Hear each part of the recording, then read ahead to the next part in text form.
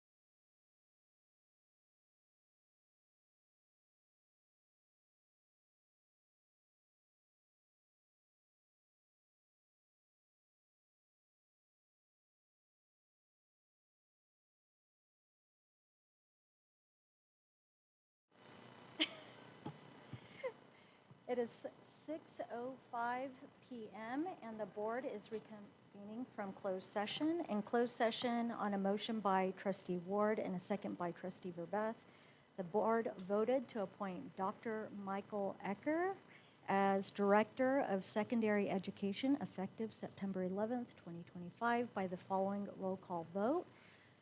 Trustees COC, Verbeth, Emery, and Ward all voted yes. Congratulations. So welcome, members of the public, board members, and staff. Thank you for attending. Glad you are all here. As noted in Board Bylaws 9324, this meeting is being video recorded and broadcast via link on our website. The recording and broadcast may capture images and sounds of those attending the meeting. I'd like to remind audience members and speakers that it is not unusual for students and young children to be in attendance at our meetings to watch the recorded broadcast. I invite you to model civility and decorum as we go about the business of the board this evening. While I cannot prohibit anyone from using unprofessional language, please think about the students and the adults who are watching our proceedings. We invite you to show support for a speaker by waving your fingers rather than clapping or cheering. We'll begin tonight's meeting with our student board representative, Chloe Johnson, leading us in the Pledge of Allegiance, and trustee Emery will read from the district division, and Ms. Garcia will take roll.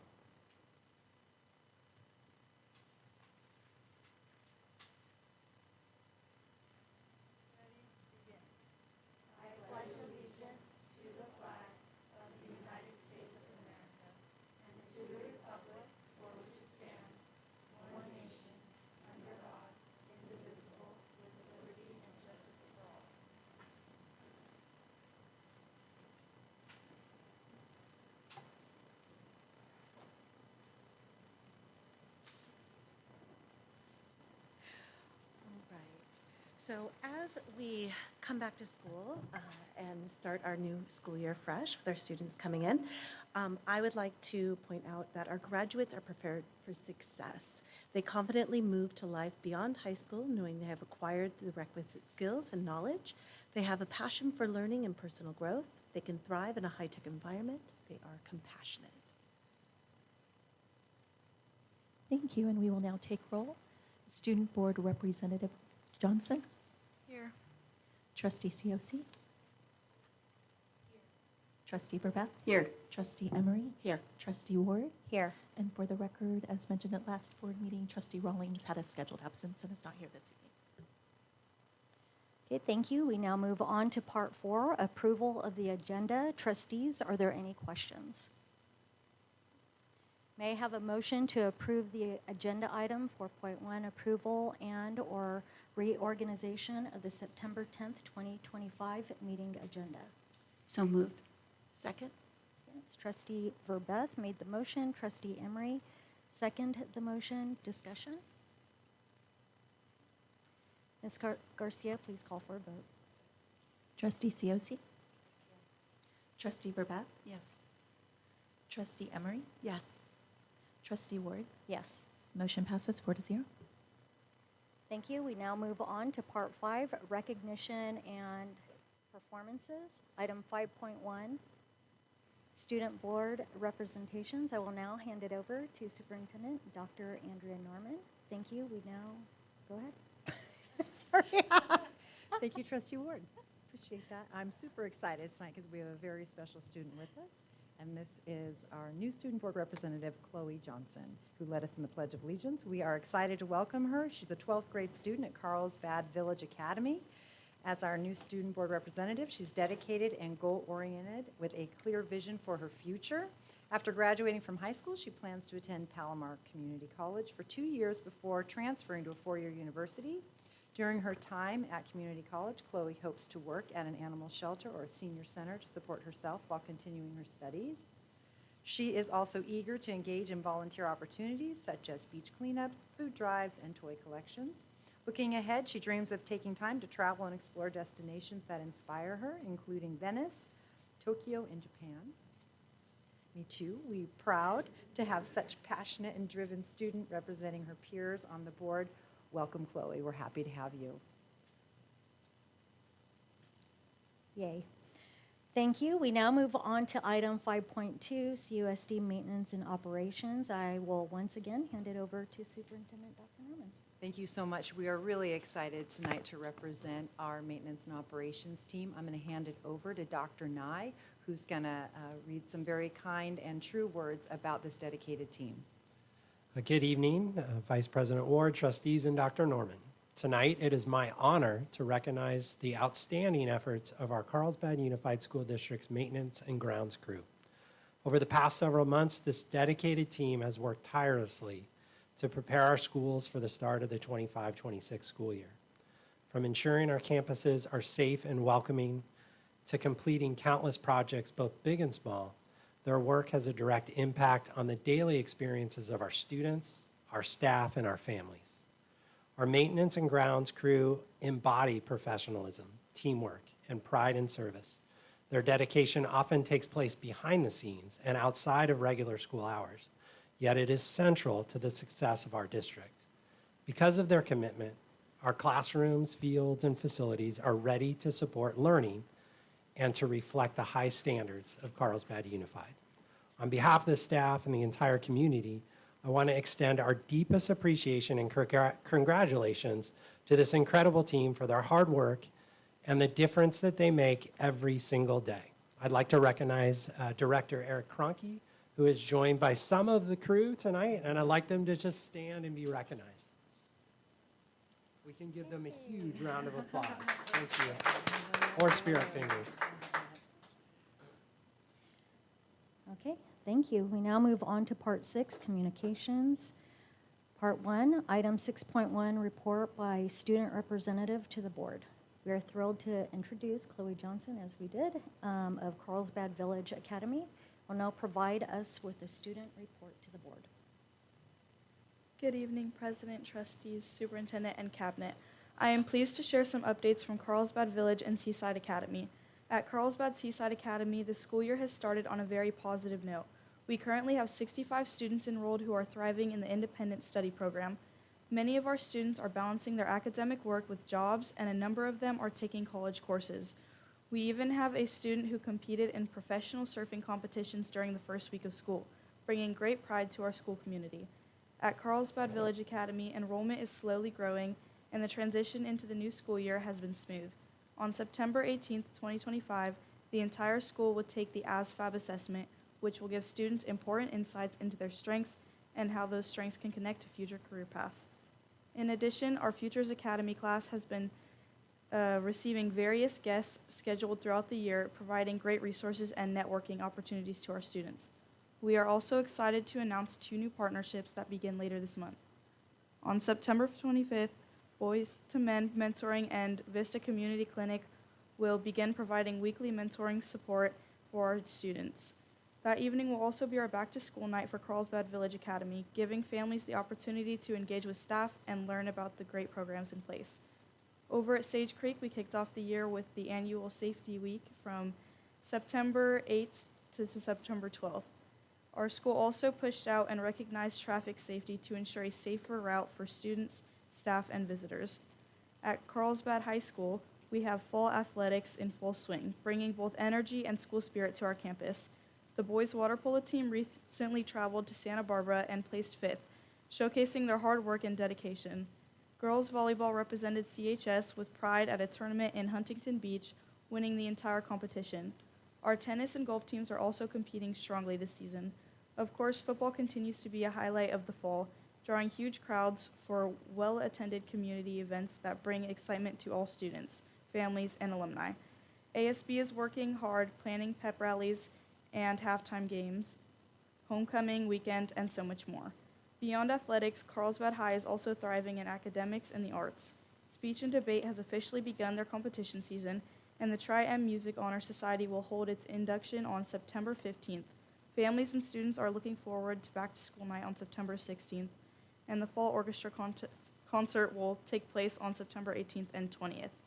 Student life is incredible as well. The annual club fair was a success, with strong turnout from both students and advisors. Already over 15 clubs have been submitted in their packets, which is a promising sign for another year of involvement and leadership. Unified Sports is also playing an important role in our school culture and will be cheering the next home football game against Valley Center, adding to the energy and inclusivity of the Lancer community. Overall, CSA, CVA, and Carlsbad High are off to a strong start this school year, and our students are making the most of the opportunities available to them. Okay, thank you. We now move on to item 6.2 by CUC PTA President. Please come to the podium and you'll have 5 minutes to speak.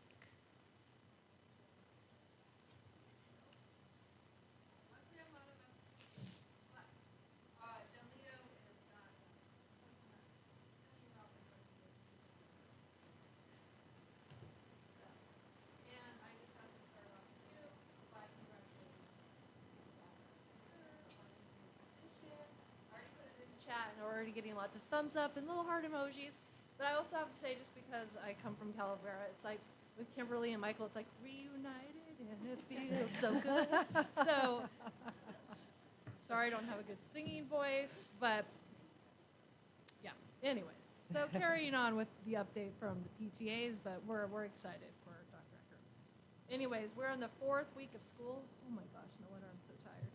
And all 14 of our PTAs have been busy welcoming teachers, families, and students with staff luncheons and lots of community events and registrations and all the things. The 9th District PTA recognized Calavera Middle for reaching 100 members, but I also know Valley Middle, Pac Rim, Magnolia, Jefferson, Carlsbad, and Sage have all also reached that milestone. We're also excited with both Magnolia and Jefferson. We have almost all new PTA leadership, and they're doing great. Both are growing their rosters with enthusiastic parents, meeting membership and fundraising goals, and even rebranding. And Jefferson launched a new logo, spiritware, and a creative popsicle pass. And that one's a little near and dear to my heart because just a little plug, my husband's first ortho's on the back of all those shirts too. So we just really glad that every kid at Jefferson is able to have a shirt. And across the district, PTAs are finding fresh ways to bring communities together, hosting family campouts, lawn movie nights, Soapy Joe car washes, pancake breakfast, family photo sessions, and lots of fun things. And we've also developed new roles that are created to strengthen engagement, including better engaging our preschool and TK liaisons at AOE and dedicating room parent positions at BV. A lot of our signature events are returning at AOE's Eagle Jubilee, Pac Rim's Monster Mash, Magnolia's Red Ribbon Week, BMX Bike Show, and a new community-wide trunk or treat. Meanwhile, back at Sage Creek and Carlsbad High School, we welcome staff back with back-to-school lunches, and now are focused on back-to-school nights for families and gearing up for homecoming and fall formal. I think that's what we call it at Sage. And we also want to highlight some volunteer opportunities for our high schoolers. Kelly Elementary is seeking high school student volunteers for their fall carnival. There's always an opportunity to volunteer at a PTA. So if any student ever needs any volunteer hours, look no farther than your PTA. We are here to help you. And also, we're also here to help keep our families connected. Almost all of our units have very active Instagrams. If you're not following your school Instagram accounts for your PTAs, I'd highly encourage that. And we always love to repost from our friends at CTE and Career Pathways and CEF. We're pretty all good at reposting each other's stuff and just want to support each other. So we're off to a strong and spirited year. And I would guess almost every parent who's probably watching this has already joined their PTA, but if you haven't, pick your school and join your PTA today. And there's always, I tell people like, I don't have time to volunteer. And I'm like, that is totally fine. We will take your money without any hours. We're really easy that way. So we'll take your money, we'll take your time. We just want to put all that money back into the school and help our students. So thanks.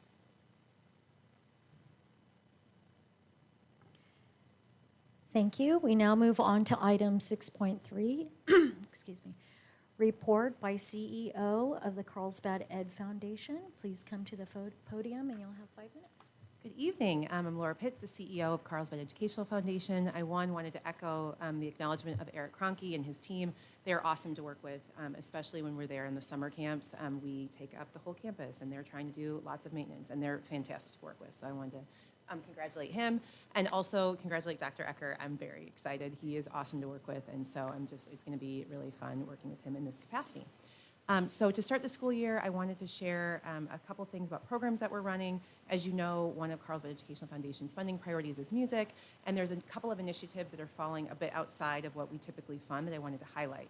The first is we've started a teacher grant program that I shared with you last year, and there was two fairly large teacher grants that we have funded this year for music. One is we got a new drum line for Carlsbad High School. I happened to be on campus last night, and I can hear it all the way across the campus, and I felt very proud, so that was exciting to be able to do that for them. We also were able to fund specialty band chairs for Aviera Oaks Middle School, and again, this is just a way that we're able to just help that entire class and give teachers what they need and really create a better environment for students. So those were two teacher grants. It's been really nice to hear directly from teachers and be able to just work with them on what their individual needs are. Another thing with music I wanted to highlight was something that happened over the summer with community and industry partnership. We had NAM and the Museum of Music reach out to us because they wanted to donate some instruments over the summer, and they ended up donating 13 music stands, 16 classical guitars, and 6 electric bass guitars between Sage Creek and Carlsbad High. And then with that conversation came up, they shared with us that Yamaha was looking to do an in-service day for their retreat for their company's top salespeople. So our enrichment manager, Carly Carboni, was able to connect with secondary music teachers, get requests, and then those secondary music teachers graciously came during their summer break to meet with Yamaha, and a couple of students came as well. We had students from Student Leadership Council. I believe also the drum major from Carlsbad High was there. And during this day, they were able to do a variety of repairs. They were able to build a storage unit for musical bows for Sage Creek. They also donated an electric bass and bass amp to Valley Middle School. And Juliana Quinones, Peter Manzi, and Amanda Bohr were the teachers that actually came. So it was really neat to have that partnership. Yamaha has expressed that they're interested in continuing to talk with us about future opportunities, and we will certainly work on cultivating that relationship. And then I mentioned Carly Carboni. I don't know if I've shared her with you before, but we hired her over a year ago. She runs our enrichment program. She is a Carlsbad High graduate. She is a classically trained, I believe, opera singer. And so she has all these very unique relationships within the musical community and within the Carlsbad community. And so she's been very passionate of getting and helping us get music outside the classroom and into our after-school space. And so over the summer, we hired the poinsettia music teacher, Annie Nelson, and she taught several camps for us in our summer adventure program. And then we also are exploring after-school music opportunities. We've been working with middle school teachers to give some ideas about how that would look. But the idea is if we can provide after-school exposure to instruments and different types of musical opportunities, that when they go to middle school, perhaps more kids are going to take music and perhaps at a higher proficiency level. So that hasn't started yet, but that is something that she is working on. And then switching gears, I wanted to share a little bit with our robotics program. I've shared about robotics many times, but I wanted to tell you that this year, our first LEGO League program, which is our 4th through 8th grade program, it's increased by 50 students year over year, and we have 26 teams total. And this is quite unique to Carlsbad Unified. When we go to competitions, most of the people we're competing against are either a private school or one individual school, or perhaps like a community, they call them like garage teams, where a couple kids have gotten together and just doing it within their own little unit. And because we're offering it district-wide, we're able to take these very expensive programs and make them accessible for all. And families are invited to make a suggested donation when they participate, but it's certainly not, there's no financial requirement to participate. And my own child is now in the program because I have a 4th grader, and so now I'm a parent. My child comes home and he keeps talking about how excited he is about missions they're solving. They're using drag and drop coding, and it's just a really unique program that I'm very proud to be a part of. And finally, I wanted to share that as predicted, Kids Care is experiencing record enrollment. We have hired 20 additional staff members just since July 1st to accommodate the demand. Even as of today, we notified 35 families that they could start on Monday because we are running a wait list at most of our schools. The wait list still exists at many of the schools. It is small, and we are working hard with principals to free up space and with our own recruiting team to get more staff. So we are close and are committed to meeting the demand. So have a great rest of the start of the school year. Thank you. We now move on to item 6.4, report by LIUNA President. Please come to the podium and you will have 5 minutes to speak. Good evening, Vice President Ward, esteemed members of the Board of Trustees, Dr. Norman, and members of the Cabinet. On behalf of the 609 classified employees, I am honored to stand before you today to share our enthusiasm to be back on campus with our dedicated 12-month employees. We are all looking forward to what we know will be a wonderful and productive 2025-2026 school year. It was truly a pleasure to see so many smiling faces at the recent annual kickoff event. The first day of school signals a fresh start, a chance to begin new chapters, embrace positive change, and work together to improve systems and to make sure everything is working efficiently. We are also dedicated to enhancing the working environment of our classified staff, ensuring they feel supported, valued, and empowered to do their best work. Our executive board is ready to get back to work after a summer break, and we are especially looking forward to meeting with Dr. Norman. We're incredibly grateful for the strong working relationships we have with CUDA, the Board of Trustees, Dr. Norman, and the entire Cabinet. Continuing to nurture these partnerships is key to ensuring Carlsbad classified staff has the resources necessary to support the inspiring learning environment CUSD strives to provide for all of our students. Our team is also eagerly looking forward to the bargaining process as we are in a full reopener with our LIUNA contract. Thank you very much for your time and your unwavering support, and we're looking forward to a great school year.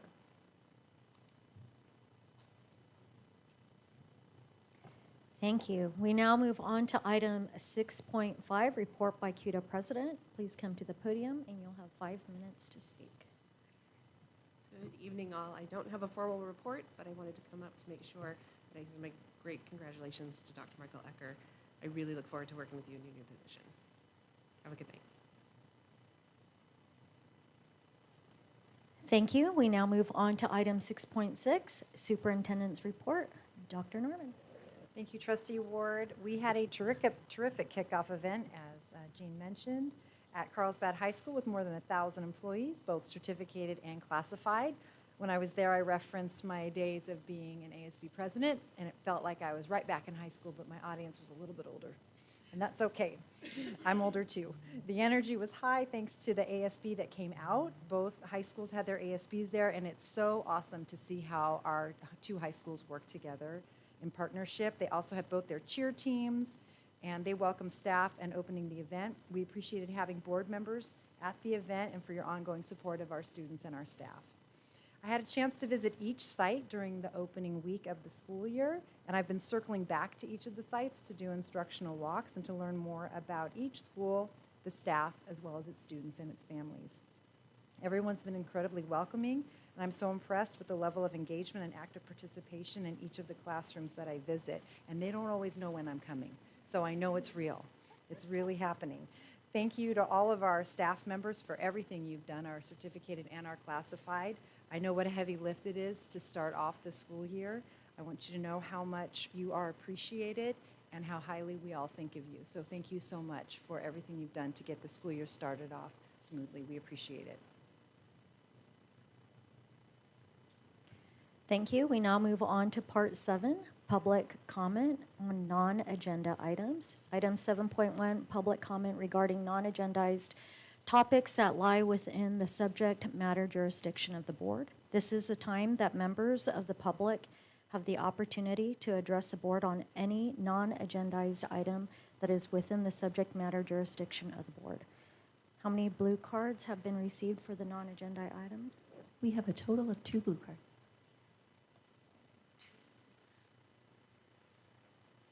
In order to allow speakers to present their comments and ensure we are able to properly attend to the business of the board, per board bylaw 9323, public comments will be limited to 3 minutes, or 20 minutes. This means that each speaker will have 3 minutes. When I call your name, please come to the podium, state your name, and indicate whether or not you live within the boundaries of the school district. The first speaker is Linda Daniels.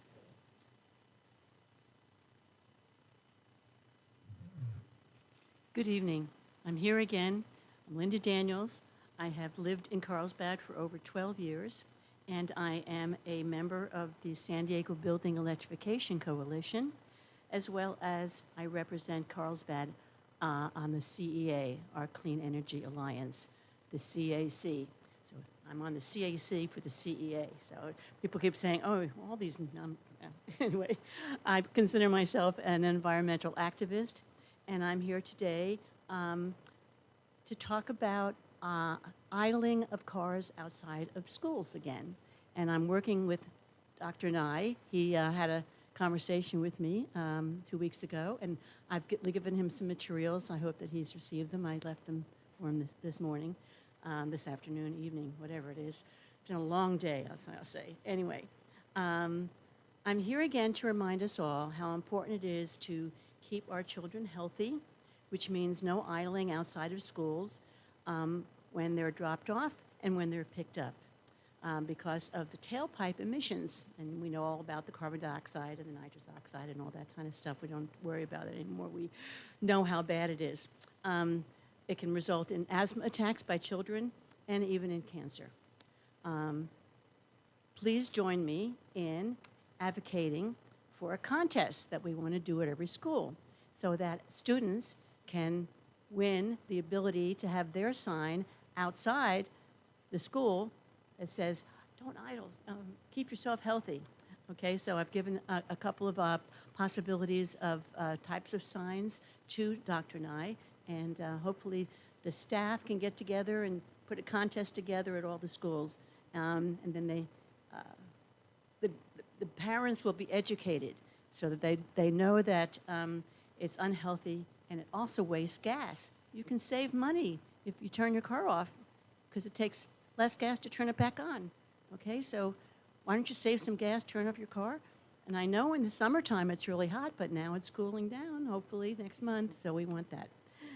So I'm asking you all to consider a contest that each school can participate in regarding signing a signage that alerts drivers to not idle. Thank you for your support.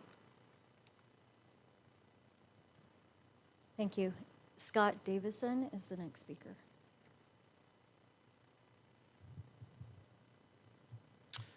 Today, we witnessed an assassination on a school campus of a youth leader. The goal was apparently to silence someone using violence, not because of something this leader did, but because of something he said. Just yesterday, the Foundation for Individual Rights and Expression released a survey of 68,000 students from 257 colleges, which found that 1/3 of students believe that violence is acceptable to stop campus speech. Much like the rash of anti-Semitism on college campuses over the past 2 years, we know that kids aren't coming to these beliefs in college. They come to college with these beliefs. Where do they learn them? Well, right here in CUSD, of course. Not from other students, but from adults. The Carlsbad Education Alliance is the unofficial anonymous tip line for Carlsbad Unified. I hear multiple stories each week of students and sometimes teachers who are criticized or disciplined or discriminated against or even threatened for their beliefs by their own teachers. The reason they come to me is because they know they won't get any support from the administrators at their school, or the employees in the district office, or this school board. You all know of one of these situations from January, where a reporter for CHS-TV was publicly embarrassed and forced to apologize to the entire school simply because she was too positive when reading a teacher-approved speech about the inauguration. A CHS teacher, who you all know, told her class she wanted to throw something at the student during this report. Multiple students witnessed this. The parent filed a complaint with Principal Redfield, but nothing was done. What kind of message does that send to our students when they're threatened, literally with physical violence, but nothing is done? What kind of message does that send to the CHS faculty who behave like this and openly criticize and discriminate against other students for their beliefs? Now that my son is a graduate, I will tell you that he never felt safe sharing his opinions at Sage Creek. Both the faculty and other students were openly hostile to kids who thought like him, while celebrating and pressuring others to celebrate the kids who weren't like him. He had the option of going to UCSD, a top-ranked university for its academics, but instead, he chose a university that you might be able to guess from my attire, which is top-ranked for its academic freedom. So I will ask the board and the district, do you want to continue to tolerate intolerance for your own employees? Or do you want to reduce the number of graduates who believe and are taught to believe that the solution to speech that they don't like isn't more speech, but silence, even if by violence?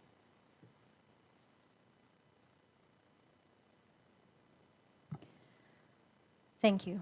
We now move on to Part 8, Consent Calendar. All matters listed on the consent calendar are considered by the board to be routine and will be enacted by the board in one motion. There will be no discussion on these items prior to the time the board votes on the motion unless there is a board request for one or more specific items to be removed from the consent calendar for discussion. This is a time for public comment. Have any blue cards been received? We have one blue card. In order to allow speakers to present their comments and ensure we are able to properly attend to the business of the board per bylaw, Board Bylaw 9323, public comments will be limited to 20 minutes. This means each speaker will have 3 minutes. When I call your name, please come to the podium, state your name, indicate whether or not you live within the boundaries and school district. The first speaker is Shauna Hurst. Good evening. I just want to make a quick point on items 8.5 and 8. Oh, sorry, it's been a long day. 8:15 and 8:16. And as it goes back to the resolution 21-2425, the electrification passed back in January, and just kind of want to point out, not even specifically to this resolution, but different resolutions that get passed throughout the district on occasion and are proposed, that when this resolution was passed, it was noted that there would be economic impact, but there was no actual numbers attached to said impact. And tonight in the consent calendar, there is economic impact involved in that resolution. It's also baked into the HH. It's baked in all over the budget, and I'm not necessarily saying, I was a co-chair of the bond for HH, and one of our big things was putting solar. We were kind of cutting edge back 7 years doing that. It seems kind of like we always do it now, but it was different back then. And so I'm not necessarily opposed to electrification. What I want to know is how much is it really costing the district as it results to this resolution? Because at what cost do we want to make these changes? If it's incremental, 100% for it. I'm not saying it's not, but I don't know because the way it's baked into our budget and our consent calendar, we just don't know when we're making these decisions. The board is here for fiscal fiduciary to the finances, and I just feel that we just don't know. It's not going to be called out in some of the HH as part of the oversight committee for multiple years. And so I just want the board, not even again specifically to this resolution, but when we pass resolutions, have a better opportunity to understand the cost benefit. Because if we're using it for other things, whether it's this or something else, it is a cost that is not able to go into the classroom. And I want us, if we still might say we want to spend that money for this, and it's a good cause, so we're going to do it anyways, but at least let's know the number. Right now, we don't know the number, but we made a decision and passed a resolution. Thank you. Shauna, I'm sorry, did you say 8.5? Oh, 8.15. I did, but I meant 8.15 and 16. Okay.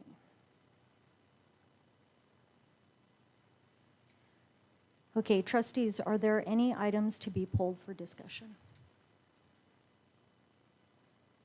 I'd like to pull 8.15 and 8.16.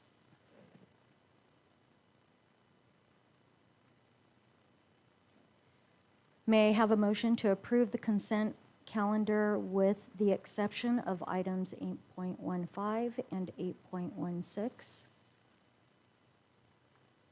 Moved. Second. Okay, we have trustee COC made the motion, trustee Verbath second the motion. Ms. Garcia, please call for a vote. Trustee COC? Yes. Trustee Verbath? Yes. Trustee Emery? No. Trustee Ward? No. Motion fails.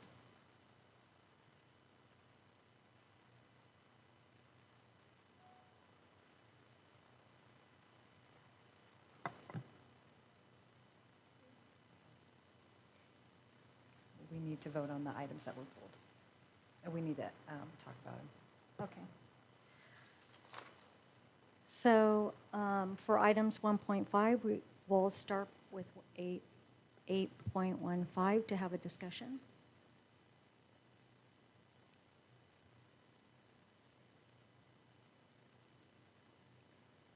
Any discussion on 8.15? Go ahead. Are we able to ask questions, or it's just discussion? I think we can talk yeah, amongst each other. We can ask questions with everyone. Great. Can I ask why the actual contracts were not provided? We have some costs that were provided today, so thank you. It's a little bit hard on the day of a meeting, but to be able to compare to other industry options, but is there a reason the contracts were not actually provided? The contracts for the purchase of the vehicles? Do we typically put we don't, in my experience as a CBO, I never put them in the board item. So they're not something that's typically attached to the board item. If that's something you would like moving forward, we could take that into consideration. Yeah, that's my experience as well, is typically the contract wouldn't be included, but we could certainly do that in the future if that's the request from the board. I think for me, going back to January, and I did talk to Dr. Norman about this, and we corresponded. When we pass a resolution where there is an action that is taken, I think we need to be notified of that. And when I went back to review the January meeting, 4 trustees had several questions of staff regarding the resolution, and we believed that those items were going to be brought back each time there was going to be, because of the cost. Many times resolutions are just words on paper. And so I think that it's very important, especially when we are moving into basic aid and when we're running deficits, that we have those costs ahead of time, and any contracts that we engage in, I think, are very important, because we are shifting dollars, as Shauna Hurst mentioned, out of the classroom to cover some of these items. And so I have some concerns over that. I've expressed those again with our superintendent, and I would like to have some more time to be able to evaluate the actual costs of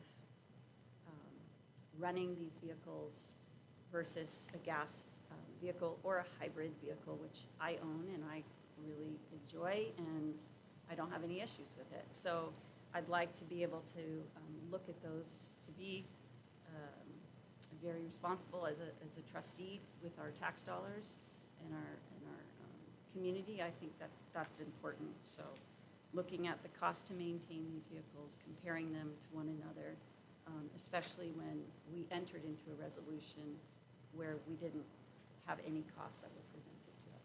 So those are some of my concerns. Trustee Emery? I hear what you're saying. I think in this circumstance, and if you'll note, there is a hybrid vehicle included on there, and I thank you for the information about the gas usage versus the electric.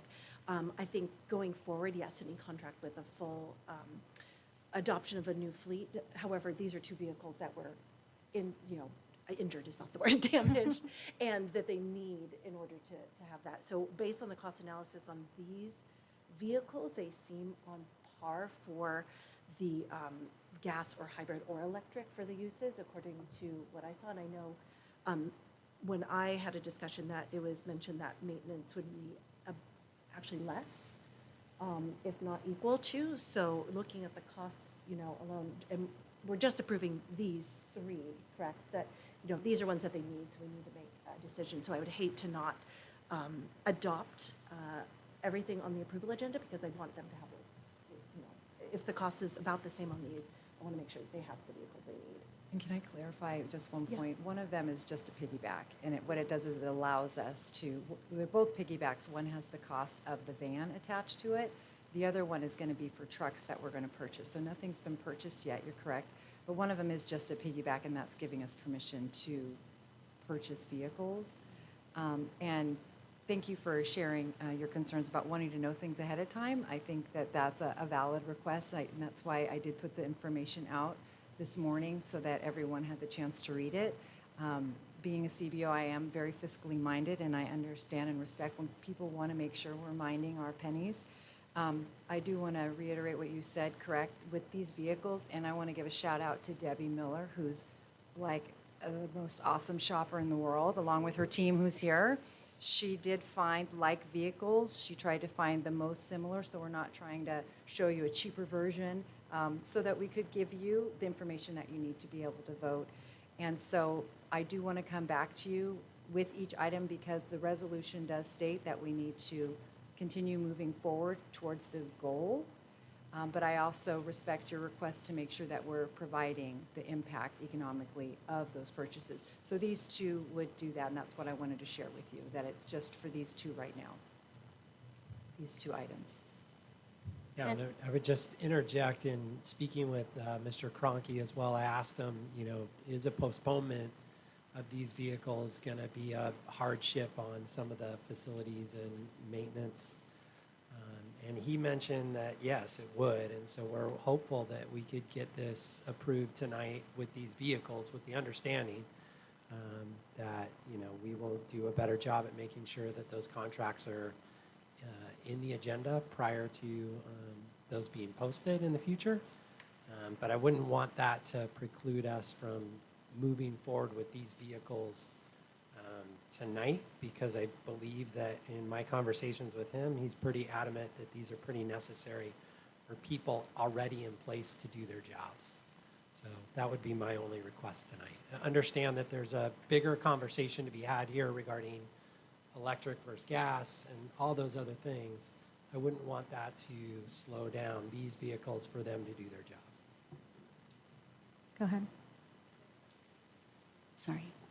Thank you. So if we don't have any other options, is it EV, to purchase 2 EVs, or we don't purchase anything? Or, because what I'm hearing is there's a need, right? And there's a need for 2 vehicles because 2 vehicles were damaged, correct? One vehicle, we had some damage to. There's another vehicle right now where an employee is actually having to use his own vehicle in order to fulfill some of those things. So we're reimbursing them, which isn't ideal. And then one vehicle is on the brink of breaking down. So it's in constant state of repair. So we did, with the price costing that we did include, the van itself, the electric option is actually cheaper than its gas or flex fuel option that we included. So we would recommend moving forward with that. One thing I wanted to interject also, when Sure. you asked, do we have to, there is the California Air Resources Board Advanced Clean Fleets Regulation where we have to do at least half our vehicles electric, and that's until 2027. Then after that, it's 100%. So when you ask, do we have to, we do have to make sure we're balancing. And so we did buy one that wasn't fully electric. We have bought an electric one before, and so moving forward, we were adhering to the resolution as to why we went forward with the electric. I'm sorry, Rob, I didn't mean to interrupt you, but No, I did. it was fine. And then the other 2 trucks, one is for the new crew that we're having at the high schools to maintain the fields. And so that we have the work being done right now. We want to make sure that that crew is able to effectively go out, tow the equipment that they need. So one of the new vehicles would be to be used for that. The other truck is, as I mentioned, in disrepair, and we're worried that it's going to break down. And that crew uses that truck quite frequently to get stuff done. In regards to the truck comparison pricing, there is a slight difference in the electric vehicle versus the gas option. It's about $1,500 at this point in time. So staff would recommend for right now purchasing the electric vehicle options, and as we move forward, we would include, like I said before, the contract, but we think it's critical to have these kind of ordered and in place for the crew that's there. So. Trustee Verbath? Oh, Trustee COC? We're having a discussion. I think it's important to bifurcate the conversation about the discussion of moving forward with electric vehicles and these specific vehicles that we need to purchase, because I don't think any of us want any of our maintenance crews to be struggling without appropriate transportation. But we also have this fiduciary responsibility to represent our community, and our community has not been presented with all of the data. And in January's board meeting, when we made this resolution, it was very clearly reiterated by pretty much everyone on this board that we all understood that it was lofty aspirations and these are goals and things that we're working towards, and that we might need to modify things as we go. And most importantly, that data was all going to be presented ahead of time and publicly, so the community is all aware of options that we have. And the questions that I brought to the superintendent had to do with this bigger framework of, if we're moving forward to an all-electric fleet of whatever district vehicles that we have, what are we putting in place for charging, having solar panels that are fueling those charging stations, so that we can not be purchasing electricity off the grid to fuel these electric, because that's like the bigger picture of being sustainable and green, is not purchasing the energy when we could be harnessing it from the sun here in beautiful Carlsbad. So I'd like to have those kinds of things presented as this whole bigger picture of, this is our vision going forward for how we're going to go all electric and really make that work. And I'm concerned that we're not just authorizing these two vehicles, because as you just pointed out, we're authorizing vehicles, plural. It's negotiating so that we don't have to bring it to the board to authorize individual purchases. So we say yes today, and now it's going forward. That just happens, and it's not brought to the public first. So Trustee COC, are you looking for, because the Q&A that was provided, I don't know if you had a chance to look at it? Oh, okay. They did provide us with some of the questions that you're asking. So with that resolution, we are working toward having, electric vehicles and being more conscious of that. And this is the direction that, we agreed upon in terms of it moving forward. So if you had a chance to glance at this, it is giving you that information. I think if we're concerned about our community, taxpayers, the benefits from having EVs and hybrids, benefits students, our health, economically, it's more reasonable as well, and as well as the maintenance of the vehicles. So if, once I saw this, I kind of looked myself and looked at some of the data that was out there, and it really will benefit the district in terms of cost, which will, because I know you mentioned taxpayers, Trustee Verbath. So it will benefit them too, because in the long term, it will help costs for the district if we are able to purchase those vehicles, and also we don't want it to be a hardship for our staff. And Trustee COC, one thing that we could do that is a practice I'm used to is I bring all vehicles over a certain amount to the board. So if that would give you peace of mind, we could bring each vehicle to the board so you don't feel like you're signing up for an endless amount of vehicles coming forward. we would bring them to the board. I think that would be helpful, but I also think we're kind of a little bit, and I mentioned this on the phone with you, the cart before the horse, where we haven't had the framework presented. And it's not so much to me that my questions are being answered, but that we're being transparent and we're being upfront with the public and that they're having a say in where their tax dollars are going.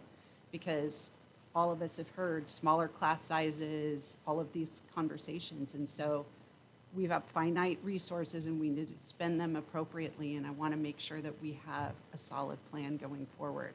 And this coming with these contracts when we haven't had discussion of any dollars before this morning, and I have a full-time job, so I came here straight from work. I didn't have a time to read this. It wasn't presented before the day of, and so I'm sure a lot of our public hasn't had the opportunity to read those answers either. So, go ahead. I looked at question, let me put my glasses on, thanks. Question 8. How much does a charge cost versus a gallon of gas? And I have a question, maybe staff can answer. Charging an EV with a 200-mile range will cost about $17, assuming a fully depleted 54 kilowatt hour battery. Now, I have a couple questions on this. So does the district receive cheaper rates from CEA because we're a school district, we're a public entity? Because my understanding is that you have to charge your vehicles at nighttime to get the cheapest rate. Is that correct? Right? So Yeah. would we have enough charging stations to be able to charge all these electric vehicles so that they are being charged at a cheaper rate? And that cheaper rate is about $17 per night? We are at the end of, after these vehicles, these 3, we are at the end of installing EV here without a larger framework for solar charging or charging at all. And that's according to our celebrated employee this evening, Eric Cronky. So this is something we've talked about. So we can handle these 3, but then we have to move into a greater plan. And did you want to share something, Rob? Do we have a dollar figure on what that greater plan looks like as far as charging stations, et cetera? Not yet, We don't. but we're gonna. Not at this time.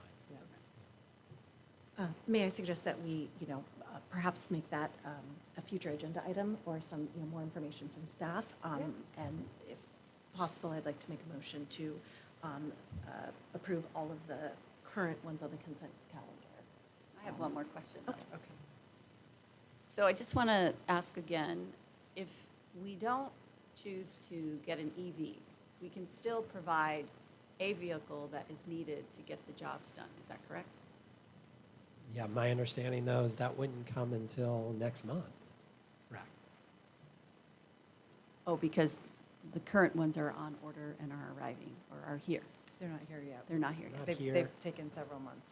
Okay. And we'd bring that for board approval as well. The Right. gas vehicles. We need to amend these particular items to bring for the board for consideration in October, the approval of gas vehicles. So we'd be delaying it over, that amount of time. But the EV vehicles, just to clarify, aren't going to be here within a month. We don't know when they're arriving. And, right. And unlike the piggyback that has the cost of the van, this piggyback, the second one for Sourcewell, doesn't have a cost because it's to be able to buy EV vehicles. We bring the EV vehicle cost back next month to purchase.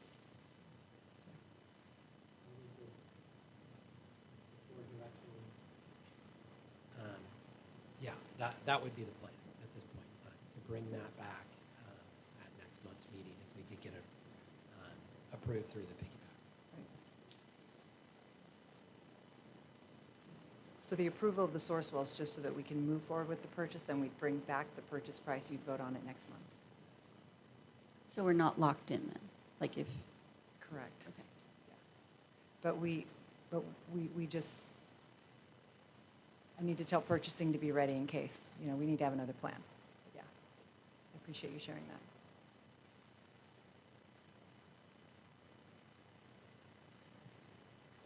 We have verbiage anywhere in here that you can direct me to that indicates that it is for these two vehicles specifically and not agreeing to anything beyond those two at this point? No, the resolution is just to buy vehicles. So we would And get your that's approval. the holdup. Right, but like we just shared, we would bring each vehicle for your approval. So it just allows us to procure them. It gives us the permission, but we would need board approval to actually spend the money. Can you explain what the difference is between those two things you just Sure. said? You have to have a piggyback, or you have to have an RFP, or you have to have a lowest bid in order to buy things as a school district. You always have to buy the lowest cost, unless you write an RFP for best value, which sounds like lowest cost, but it's not. What that means is that then you get to choose who you buy from, because you wrote your bid that way. So we can't buy anything like you do. Like, you can go down to Chevy and you can buy a truck and you can buy whatever truck you want. We have to bid it out to make sure we're getting the best value dollar for employees. And so this Sourcewell bid is already we're piggyback on it, which means they've already gone out and made sure that they're getting the lowest price. So we're able to use their bid to buy, to guarantee to our taxpayers we're getting the lowest amount. So all you're saying is, you know what, CUSD purchasing, you're allowed to use this to procure it. It's like honestly, it's like a permission slip to buy. But when we do go to actually buy it, we'll bring it back to you for approval before we spend the money. But the verbiage is saying we're giving you permission to buy it. That's what you just said. We're giving you permission to buy it. So, but then you're saying that you are going to have to bring it back to us for approval. So You're giving where us, is, right, permission to procure it so that we know that we can use this vehicle to buy it, but you're, as a board, going to approve if we do or not. So let's say we want to buy a van that costs $100,000 by Mercedes-Benz. You're going to be like, Dr. Norman, although Sourcewell lets you buy that, because you have permission to buy that through this bid, you don't have our permission to spend that type of money on a van. And so you'd say, buy a less expensive van. So I could go back to the Sourcewell and find something either similar or different that would be less, and then I bring it back to you and you approve it. So typically, you approve piggybacks or you approve bids, and then we bring that purchase back to you for a formal approval that you say, yes, you can spend this money on this. Could you also, when you go back, find out that whatever you're bringing forward is the cheapest? Yeah, I mean, so that might be the lowest cost that you could find. Yeah, Okay, and Sourcewell would help us with that. okay, and you would share that? Yeah. Would Sourcewell also share what an equivalent vehicle would cost that's gas-powered? Could We you could ask find for that, both? yeah, we could So we find that. could have a cost comparison, apples to apples, and then you could present that to the board? If we have a piggyback to use them for that, yes. Yeah.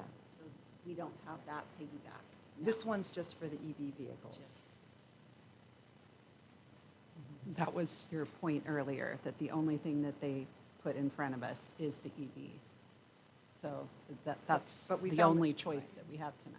Tonight, but we did find the comparable vehicles that are the same. The Sourcewell is just it's basically your permission slip for the auditor to show that we went through the right channels to buy, and we're not buying from. The reason all this happened with RFPs and bids and piggybacks is because back in the day, people made deals with friends, with government dollars, and so this makes sure that that doesn't happen, that you go through the right channels. Yeah, I don't personally have any concerns Okay. that we're not going to get the best deal Okay. for the vehicle. I have concerns that we're not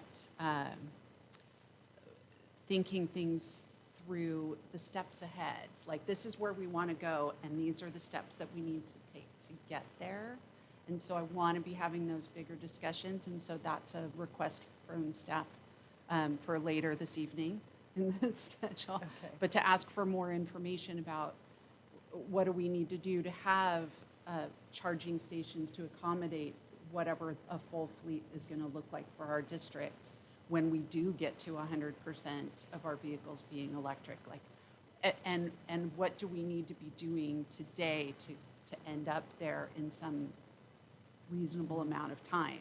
And so I'm concerned that we're not having any of those conversations. We had this resolution and then no conversation, and now contracts. And I think it sounds like you're going to make that request, and I think that's, a good idea for the future. But I think for now, with our electrification resolution, and I think with the need too for our staff, so we can make sure that there isn't a hardship, that we can provide them the opportunity to move forward with this.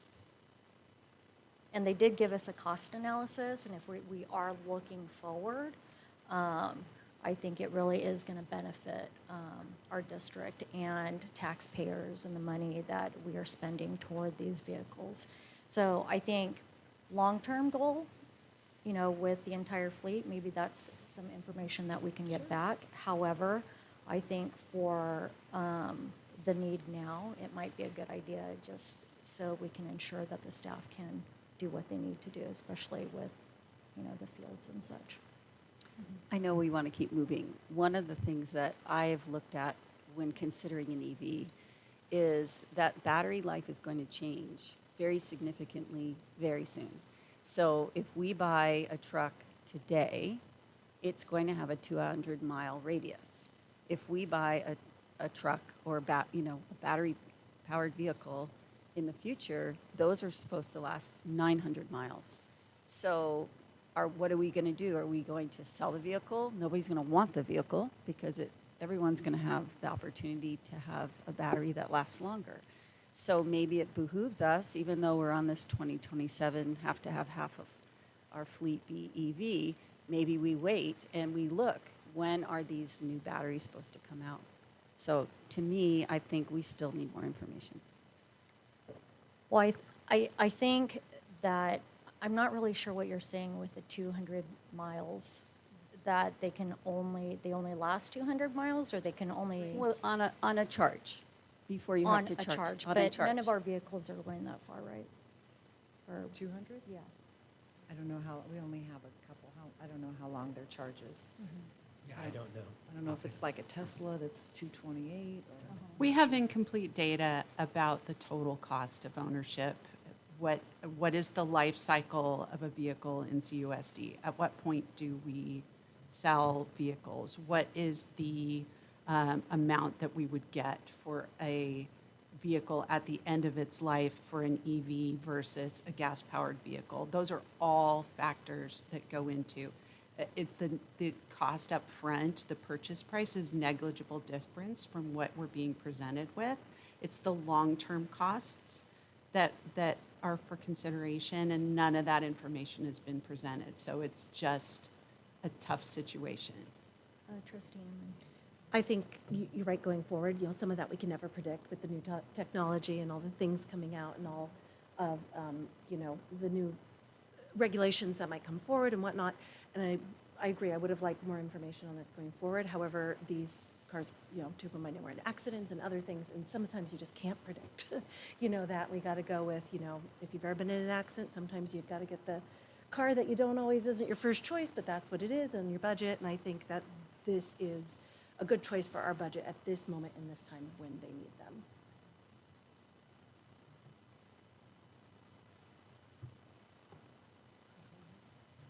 Okay.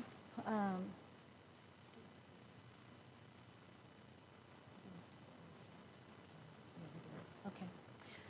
So can I have a motion for 8.15? Oh, to approve it? So move, or I make a motion to approve 8.15. I second.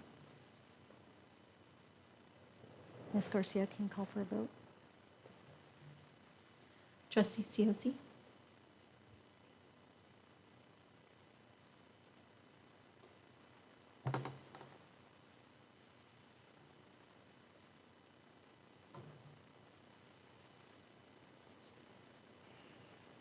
Yes.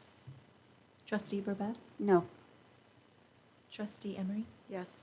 Trustee Ward? Yes. Motion passes 3-1. I'd like to make a motion to approve 8.16. Yes. I second that motion, sorry. Okay, Ms. Garcia, please call for a vote. Trustee COC? For the benefit of the staff, yes. Trustee Burbach? No. Trustee Emery? Yes. Trustee Ward? Yes. Motion passes 3-1. And then trustee Ward, can I please ask if we could revisit the consent items? Because I understand with 2 and 2, it did not move forward. However, I think because you pulled the items, those, even though you may not have agreed with pulling them, they were pulled, but that means everything else on there could still be approved. If you could bring back to reconsider the agenda, the consent agenda for voting, Okay. And then do a vote. and then do a vote. Okay. So I would like to bring back, reconsider the consent calendar, and may I have a motion to approve the consent calendar as is? So moved. I'll second. Ms. Garcia, please call for a vote. It was with the 2 items removed. The No. 8.158. Oh. Okay. Yeah, you were approving the consent calendar that had the 2 items removed. You're just approving those 2, those separately than the other 2, because we went through the other 2 separately. Separately. Oh, okay, so approving it with them separate. Everybody? Okay. Yeah, you're the ones that said no. Okay. Trustee COC? Wait, sorry, just to be clear. So we've already approved 8.15 and 8.16 separately. So then we're approving the rest of them. So that by the time the vote is done, all of them would be approved. Yes. Okay. Trustee COC? Yes, again. Trustee Burbach? Yes. Trustee Emery? Yes. Trustee Ward? Yes. Motion passes 4-0. Thank you. We now move on to Part 9, presentations. Item 9.1, discussion, 24-25 LCAP updated results and previously unreported data. Trustees, this is an information discussion item. I will now hand it over to Dr. Brian Brockett. Thank you, Trustee Ward, and thank you, trustees, for having us here. I'll give the team a second to get settled in up here with us. It's my pleasure to have with me tonight Director Kimberly Fuentes, our elementary director, and Director Michael Ecker, our secondary director. And we're going to share with you a little bit tonight about progress update and unreported LCAP data for 24-25 school year. You may recall that our team was here in June, on June 18th, at the June 18 meeting along with our principals to share updates from the 24-25 school year. That's a robust presentation that I know that all of you enjoy very much because we get to hear from what's happening out at the sites. And at that time, we have a lot of the LCAP related data available to us, but some of it is not yet available at that time. So that's why we come back tonight to report on some very specific unreported data items. That would be the state assessment data and the UC-CSU A to G completion rates. So we'll share that information along with some of our action focus areas for the 25-26 school year. I do want to note right now that trustees have previously asked for an amount of, a fairly significant amount of disaggregated data, which our team is still in the process of compiling. We actually just got the last piece of cohort level, grade level broken out data yesterday. We'd like to be able to take some time to make sure that we've got a chance to review that, provide some thoughts from ourselves on that, so that that disaggregated data at a much deeper level will be forthcoming to trustees. But tonight we're going to hit some of the high level stuff. There will be some points of lower level data that we'll hit on, but most of that will still be forthcoming later. So under Goal 1, just to remind you, when we were here in June, we reported out on numbers 1, 2, and 4 under Goal 1. So what we were missing again was the A to G completion rate and our state assessment scores, where we both have a metric looking at students meeting or exceeding and moving students off of that lowest rung of standards not met. So when we take a look at the data for 24-25, we ended up at 71% of our students meeting or exceeding in English language arts, 62% in science. I'm sorry, 62% in math and 58% in science.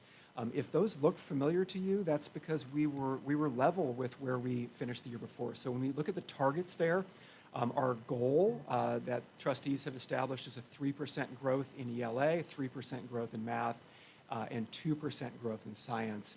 And so we fell short of all those.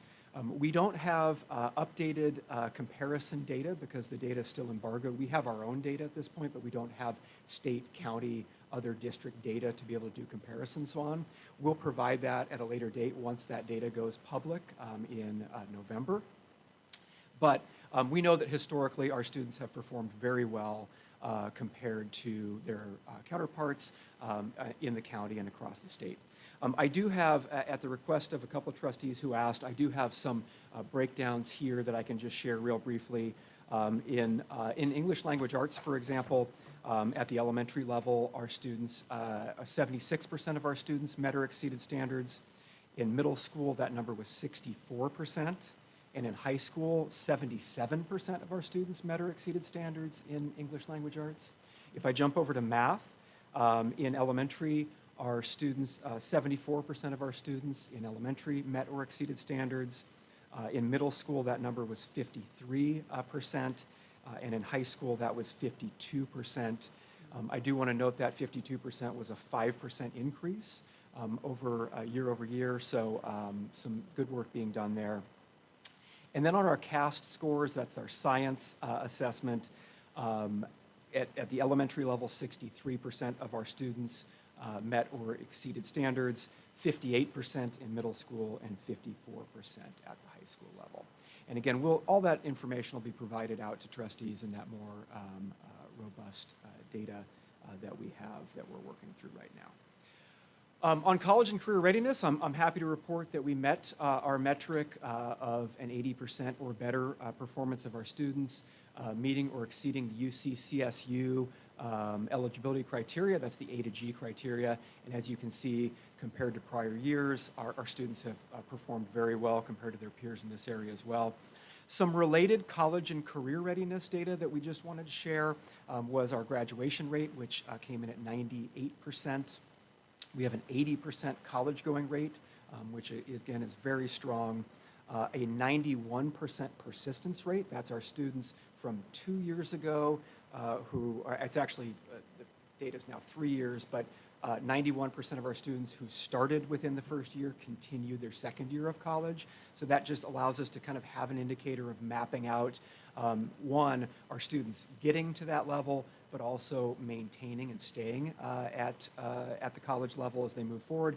And as you can see, historically, those numbers are very strong compared to peers across the nation.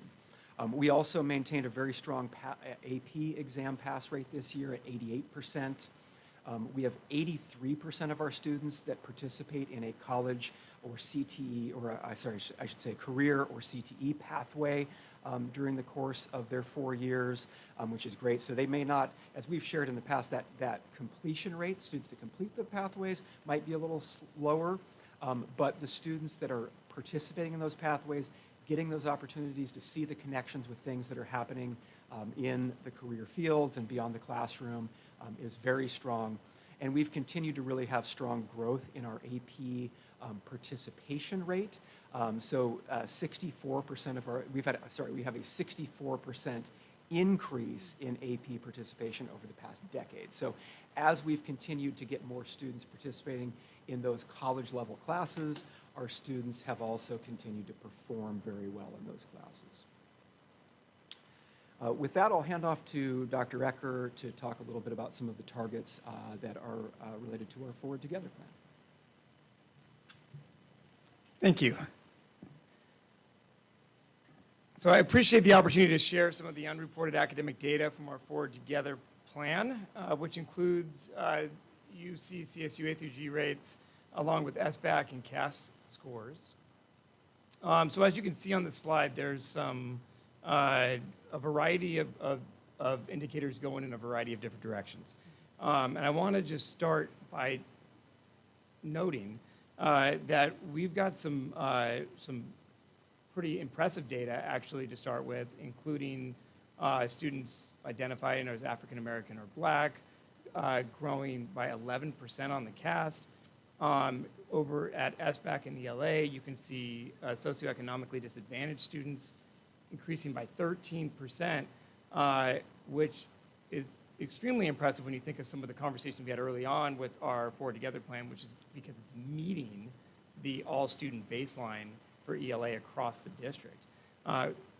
The other thing I just want to talk a little bit about is how sometimes some of this data, you know, like what we learn when we work with our MTSS teachers, when we're working on campuses, is that the power of data is that it begs of you to ask questions and dig deeper and think more about what is this actually telling us.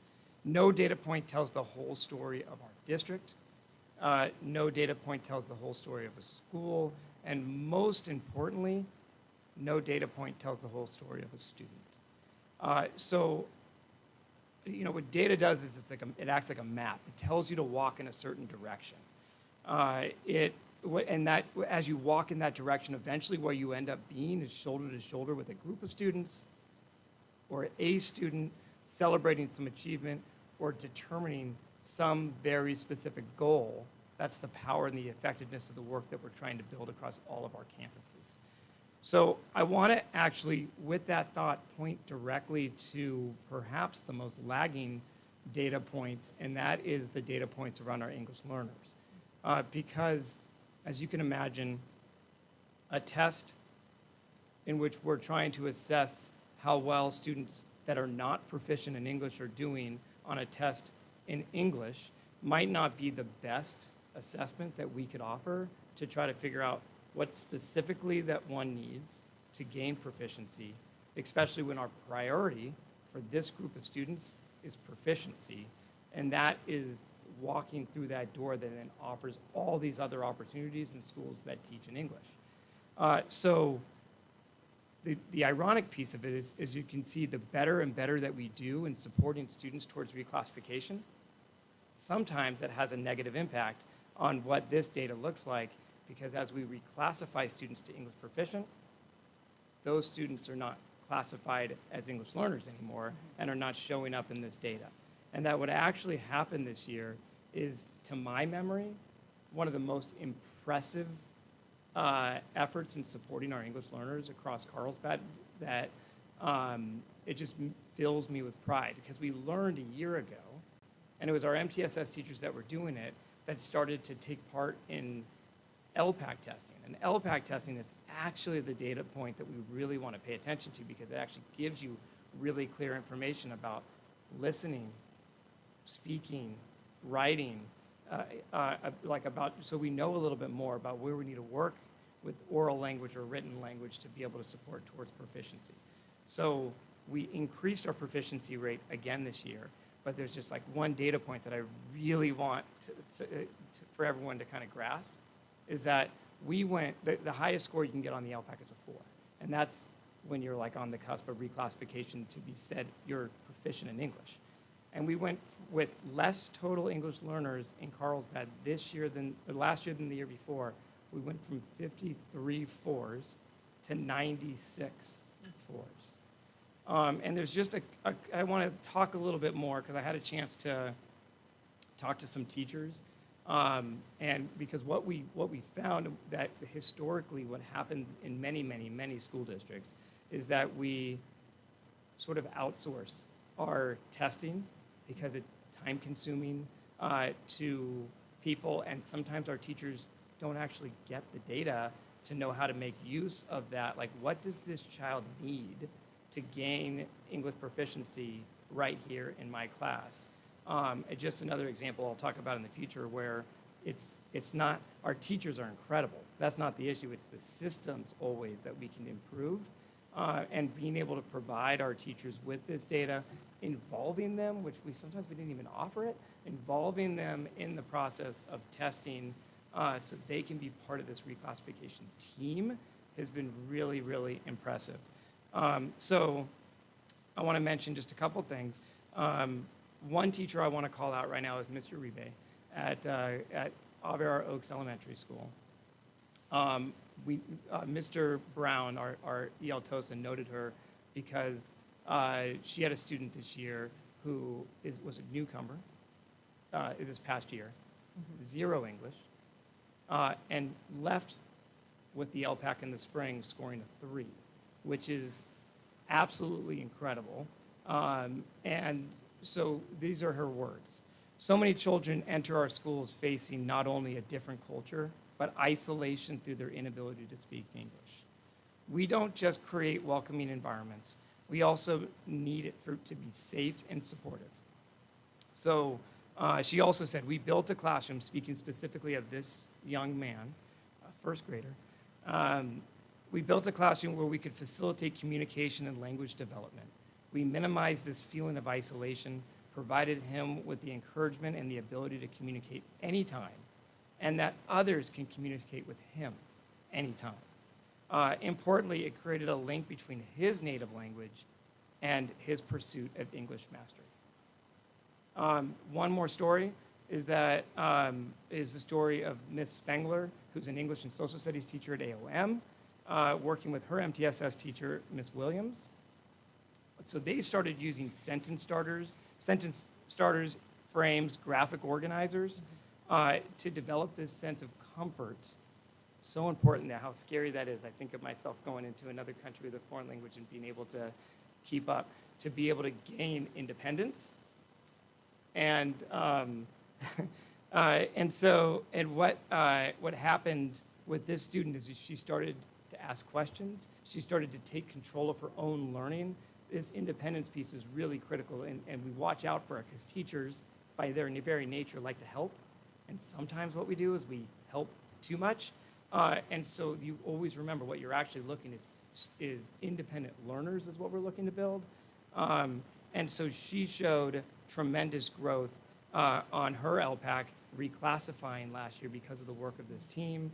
And the team of her Read 180 teacher was with incredible growth, and growth with her Achieve 3000 data. So many more stories to tell, but those are just briefly. I want to, or not briefly. I told Brian this would be 2 minutes. Don't tell him that it's gone over. Okay, one last thing I just want to mention is generally about the Forward Together plan.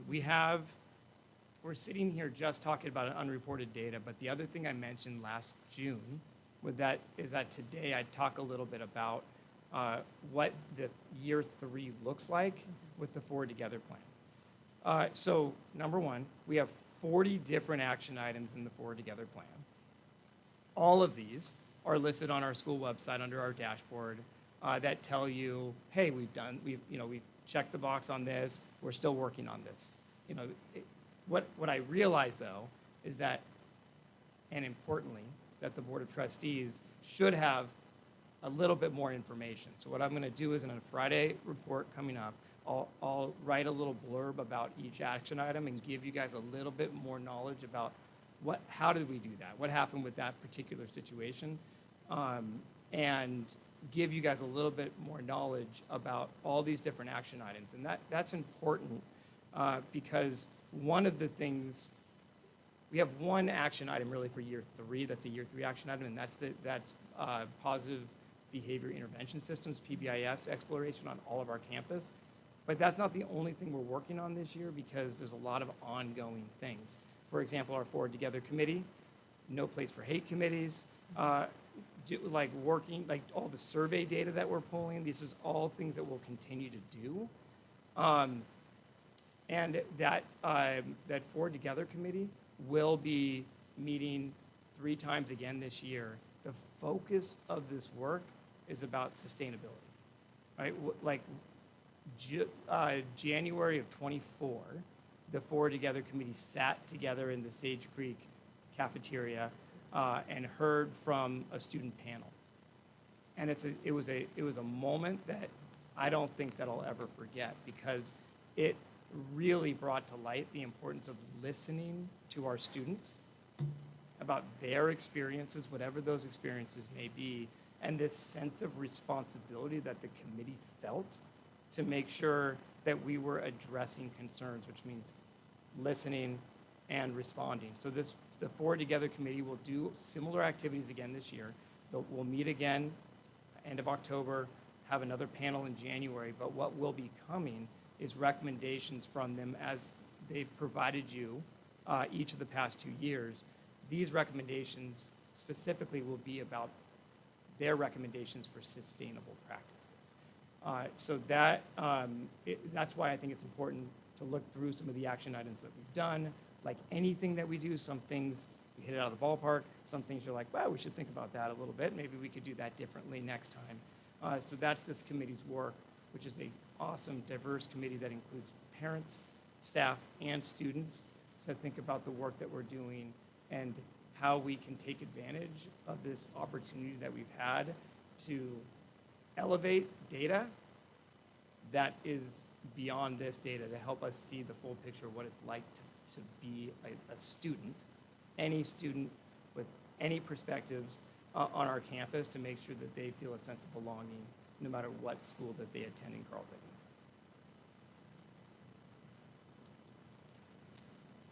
So I have an opportunity also to talk a little bit about our intervention support, specifically about what we're calling our MTSS groups. Just to be clear, the way that we determine our MTSS groups is by noting students that did not meet standards on the SBAC and the STAR dating back to 23-24. So 0 of the students on these lists had met standards on the SBAC as they went to take it this year. And like I'm proud to say, first of all, that 31% of this group of students now met standards on the SBAC as this data came out this summer in ELA, and 23% of our students did so in math. I just also want to note that in ELA, this is exactly 887 students in the ELA group. It is 1,098 students in our math group. The other thing that I want to mention is that many of these students start, as you might imagine, at a level 1 from 23-24. So what is, I think, even more impressive is the movement forward, and 46 of our students that were at level 1 moved up to a 2 or higher. 36 in math, same thing, from a 1 to a 2 or higher. That is the hard work of our MTSS teachers in partnering with our teachers across the district in our elementary schools and middle schools. So as I mentioned before, MTSS teachers know that the barriers are not in our teams.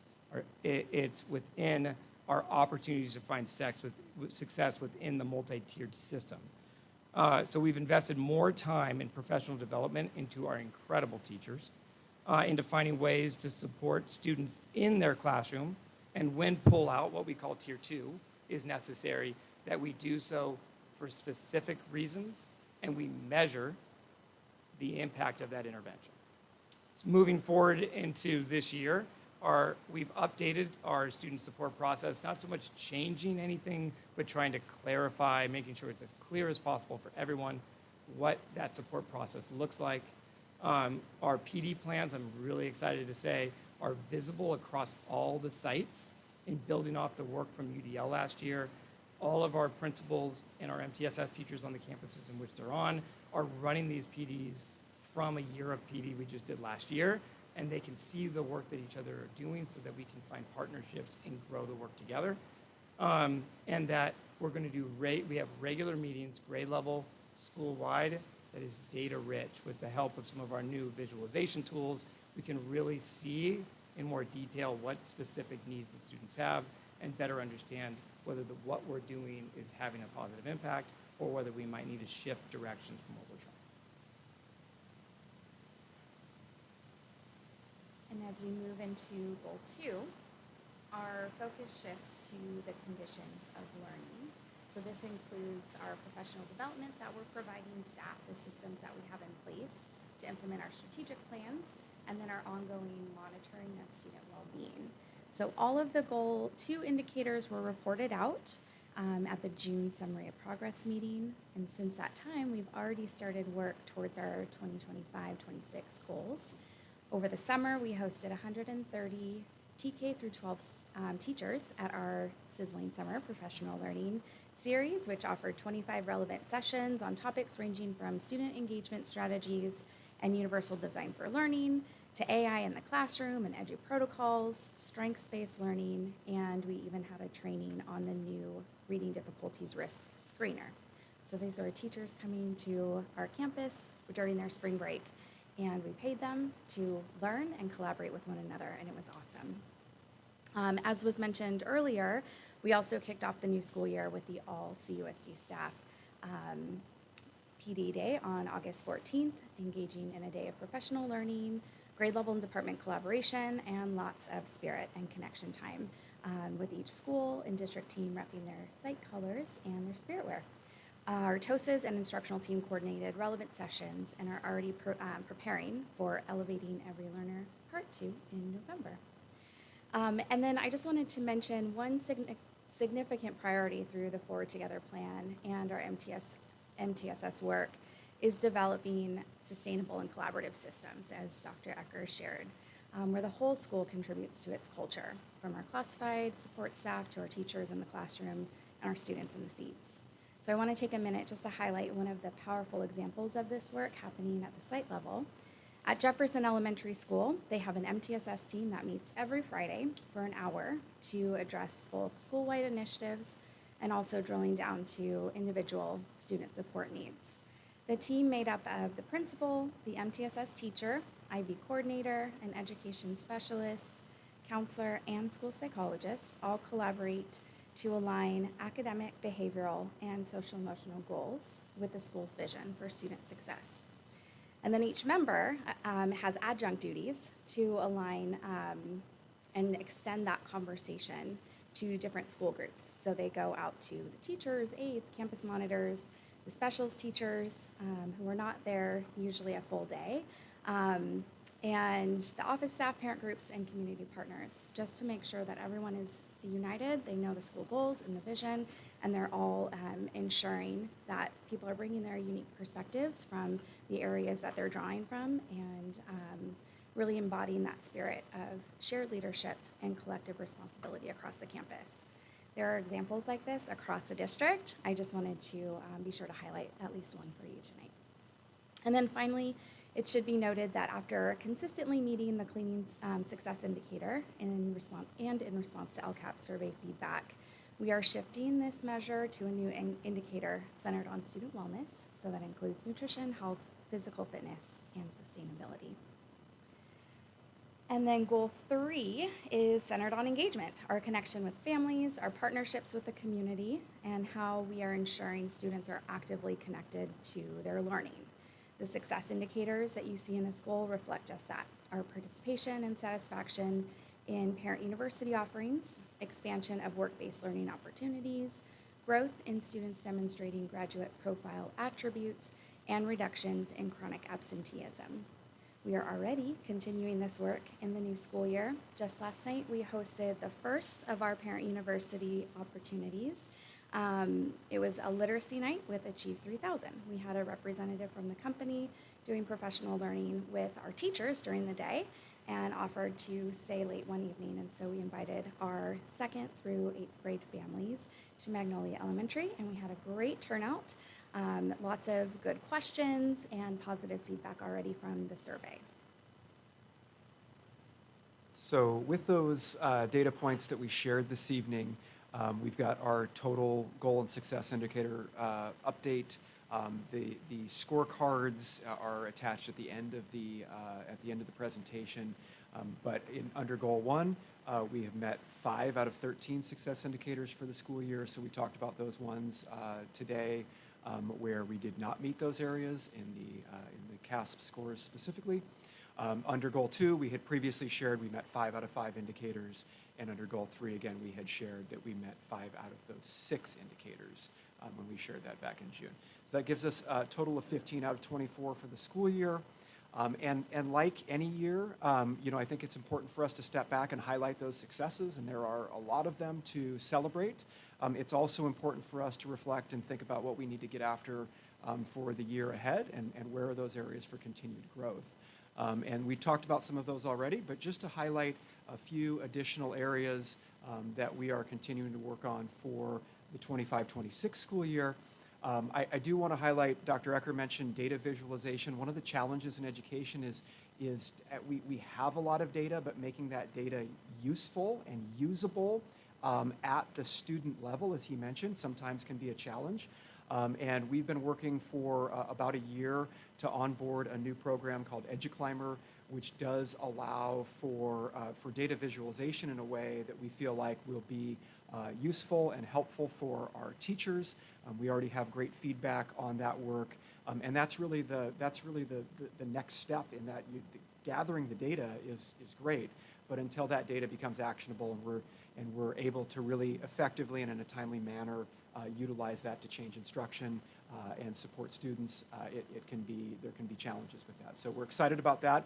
We continue to work on our multi-tiered systems of support across the district in building those systems out to make sure that we're supporting students across a variety of levels.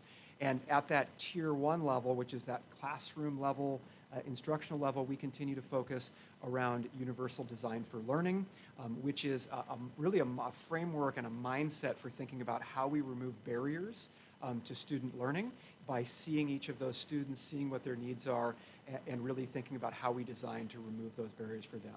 Our team's done some great work on that already. In fact, part of our team here in the district will be featured on a statewide webinar tomorrow to share about our work in UDL, which we're excited about.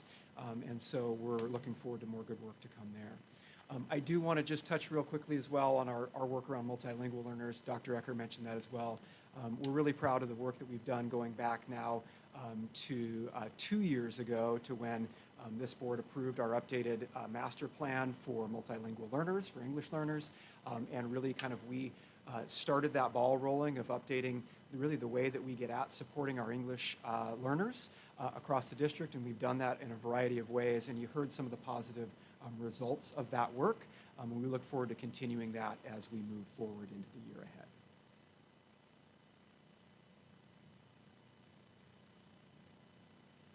So for goal 2, I want to just touch on some things that I did mention previously, the professional development aligned to the district priorities that references the year of UDL we did with principals, assistant principals, MTSS teachers, who are now, we continue that work at the district office, but now they're charged with doing it on their sites. Think about professional development is what we talk about. It doesn't always happen in the context of a faculty meeting. Actually, if that was the only place it happened, it's probably not the most effective professional development. It happens within the walls of the classroom. It happens within our grade level teams.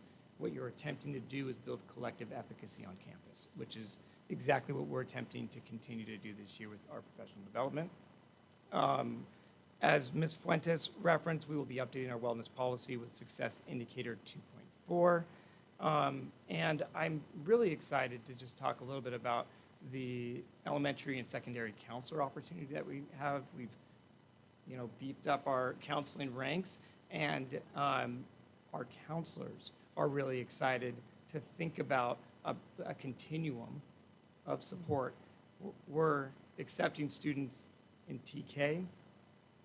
I was in a TK class today. They are full of life in Miss Montalvo's class over at CHE, and they're so cute, and you want to just do everything you can to support them. But also when you work in education, as long as many of us have, you don't have to squint too much to see, how quickly they're going to be progressing through the ranks, becoming middle schoolers and high schoolers. And we want to think about how are we supporting our very youngest, how are we celebrating and cheering on our seniors as they're graduating and making the world a better place. And our counselors want to have purpose behind this pathway and work in partnership. So I'm excited for that as well. And our goal 3 action plan builds directly on the engagement work already underway, and will continue to evolve with a lot of the feedback that we're gaining from our families and our schools. We'll continue to develop parent university sessions by tailoring the offerings to family interests and ensuring that they're more accessible to all of our families. So removing some of those barriers prohibiting attendance. And Last night, from our feedback survey, we already have suggestions and that are helping us to shape upcoming offerings. Our bilingual community liaisons continue to serve as vital connectors between home and school, particularly for families who benefit from additional outreach and resources. So we are committed to investing in their professional learning and growth and their networking opportunities to strengthen their outreach.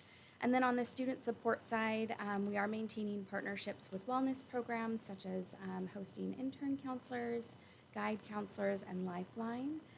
Counselors continue to curate social emotional lessons as well as that college and career advancement and school connectedness. So they're looking at data from Kelvin, incident reports, and then site observations, just being out and about and talking with students and developing those lessons and supports.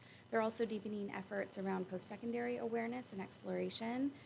Under the leadership of our Career Pathways TOSA, we continue to implement the 3-year Career Education Strategic Plan, expanding participation and providing work-based learning experience from TK, our youngest learners, all the way to 12th grade, through field trips, career weeks, life skills workshops, and cultivating more community partnerships. And then finally, you'll notice a continued emphasis on attendance and positive behavior through MTSS, and with ongoing training on our data visualization tool, EduClimber, as was mentioned a couple times this evening. Staff will be able to identify trends at the site level, at grade levels, within the classroom, and at the individual level, connecting all those data points to one learner. And that allows us to take timely action and monitor progress more effectively. Thank you. And with that, I'll hand back to Trustee Ward.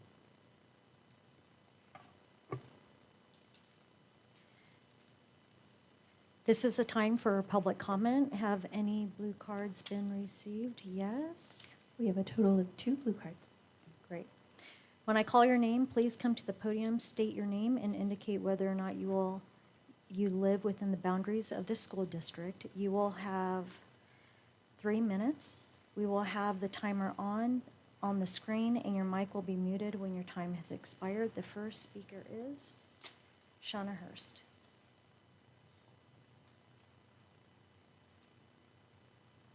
Good evening. I was contemplating today that I think I've been listening to these LCAP recaps for 10 years, which is sort of scary and wrong when I'm not paid at all by the district. But something that comes up repeatedly, especially in the survey, is reduced class size, smaller class size. It comes back over and over and over again. And it's also one topic that I feel is not discussed at the board level significantly enough, especially at the secondary level. And as someone who volunteered at both high schools for multiple hours and listened to a lot of parents talking, there are problems at the secondary level with scheduling, with singleton and doubleton classes, with enrollment declining at the secondary level in certain specific places. And we're using the same formula that we've been using for a long time, and we've now slid into basic aid. I know it's the first year, so I'm not coming in harsh, but I think I heard Dr. Brockett say at the secondary level, we were at 54% of our peeps, our students making some, whatever the benchmark was. And I just don't think that's good enough. Yes, we are much better than everybody else, which is fantastic, but we are Carlsbad and we pride ourselves on being a little better. And I think one of those things that can help, and I'm not saying every class size needs to be smaller, but I think in the English, in math, there's great opportunities for our students, and it's what the parents want. I also think in these APs, we're at, I don't know why I wrote this, but 64% of people, or I don't even know where the number came from, somewhere there was 64%. But it is getting harder at some of the high schools for the kids to fit in all the classes they want. So they're taking summer. We're worried about their social and emotional health. It is really hard for a student to squeeze in a college level course in the summer and then come back and have 4 or 5 college level AP classes. And then we wonder why these kids are stressed out. We wonder why they're losing their minds. It's because they can't do it all. I can't do it all. So I just want to throw it out there. Let's be a little radical. Let's really look at, is class size, I'm not an educator, but I have sat through a lot of meetings where I could see if teachers in some of these core classes have more time to get to know the kids and meet their needs and do all the things, implement the MTSS, work on their IEPs and all the 504s and all the things, I do feel it would make a difference. And I just feel repeatedly as a parent now of 2 secondaries, although I love the book fair and all my elementaries and the TKs are super cute, especially, and they're like all their spirit wear. But we need to help these secondary kids thrive as well. And so just my throwing it out there, something to noodle on for Ms. Shauna.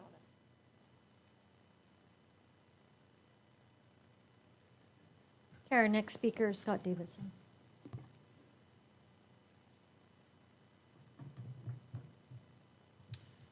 So I just want to say I appreciate the attempt to kind of break down some of the data from last year. If you recognize the data from last year, I do. It's exactly the same. But I'll do you one better. I recognize the data from 22, 23. It's exact same on ELA, math, and science. That would have been a good slide, right? We are going nowhere as an academic goal. So it's not just that we have 71% proficiency, and hey, that's greater than the rest of the county because we're in one of the worst counties for education in the state, and we're in one of the worst states in the country for education.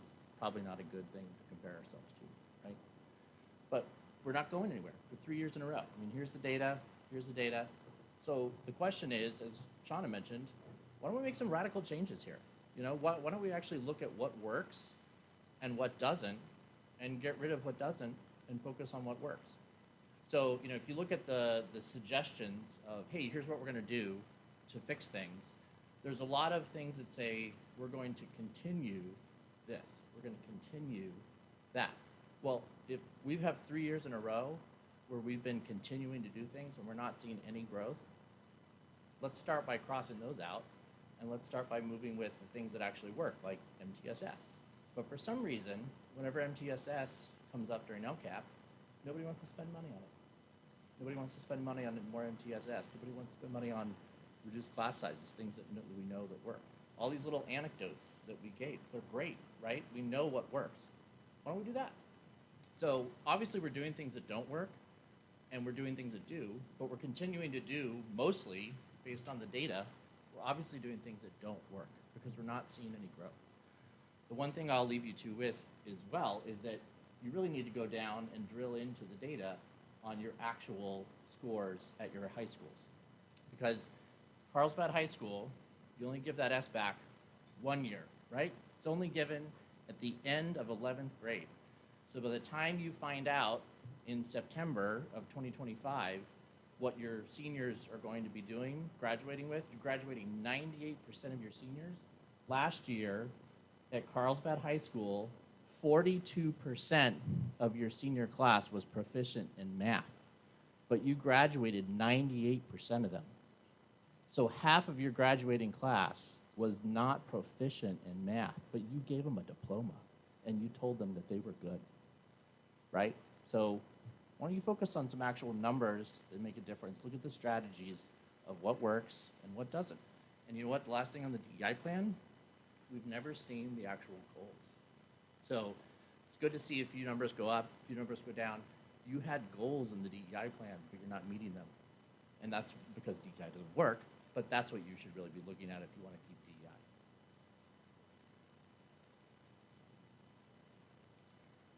Okay, trustees, do you have any questions for staff?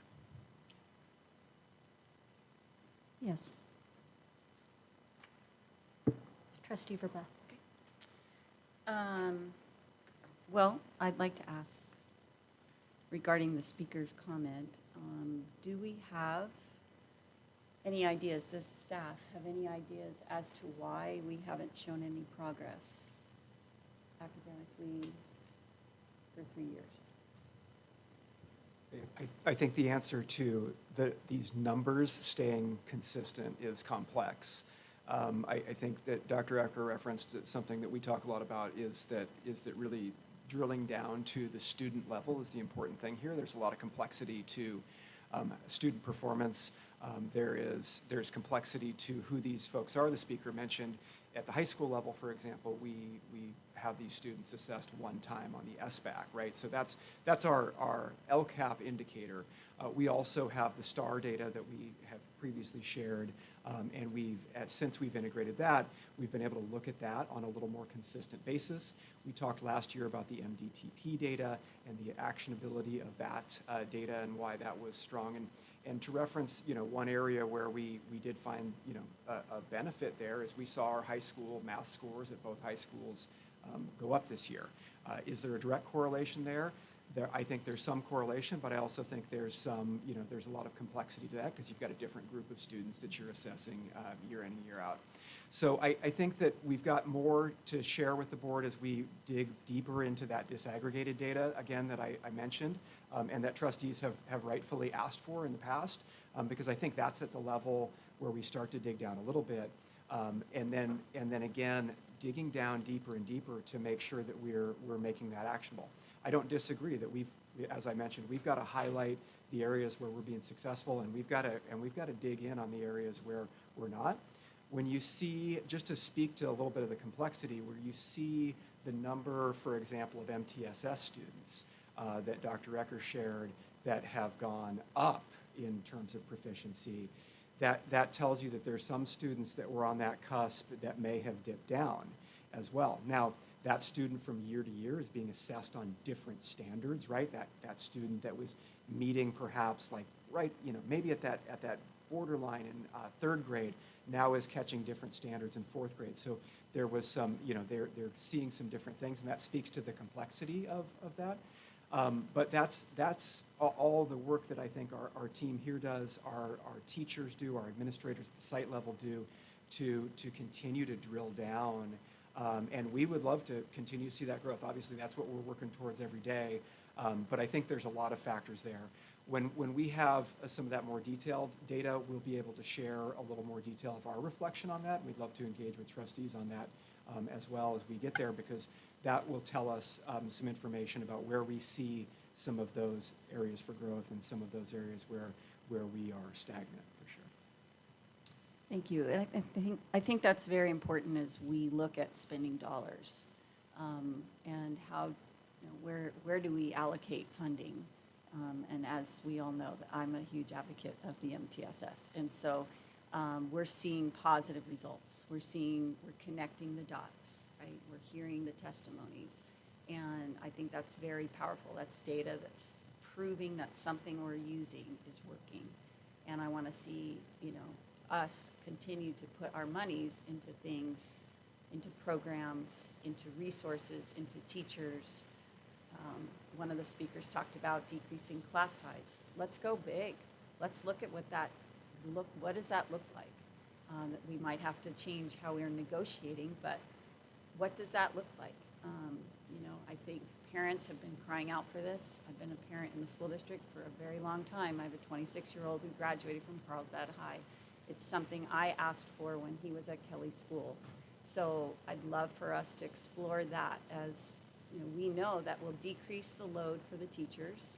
I had a student, a Carlsbad High School student, studying for a math test in my house this weekend, and she said that the class size was so big and there was no teacher's aid, and the teacher couldn't answer the questions, and she was panicking because she couldn't get the answers. And she couldn't meet with the math tutor because the math tutor is so overloaded with so many math students. So we're seeing that our graduating seniors, like it was mentioned, are at 45% proficient, but we're graduating them at 98%. We need to do better, right? So I would like us to be cognizant of looking at those things that are actually working in our school district for all of our students. Did you have a question at the end of that? Yeah, so thank you. So how does staff, how can you help the board and the public better understand what is actually working, what data is driving our decisions to put money in certain things? I think it's an ongoing conversation, as you're referencing there. I know, this board has discussed the MTSS teachers over now a couple of years, and with some movement to identify the funding to do that. And last year, that conversation went in a different direction. So I think what we can continue to do is continue this conversation about what's working, where we see those areas for growth, where are the successes, and help further inform the board as the year goes on and we continue to have these conversations about when those decisions are made as we develop, new LCAP goals and we're setting those funding priorities moving forward, that we can provide those resources, that background, to help the board make well-informed decisions and our recommendations based on what we're seeing as well. Any other questions? Trustee Verba? Okay, on one of the slides, as it pertains to the DEI plan, you call it Forward Together. I think it would be helpful if staff could provide, here's my question. Could staff provide the N meaning the number of students in these categories? For instance, if we have, say, 2 people who tested in one group, right?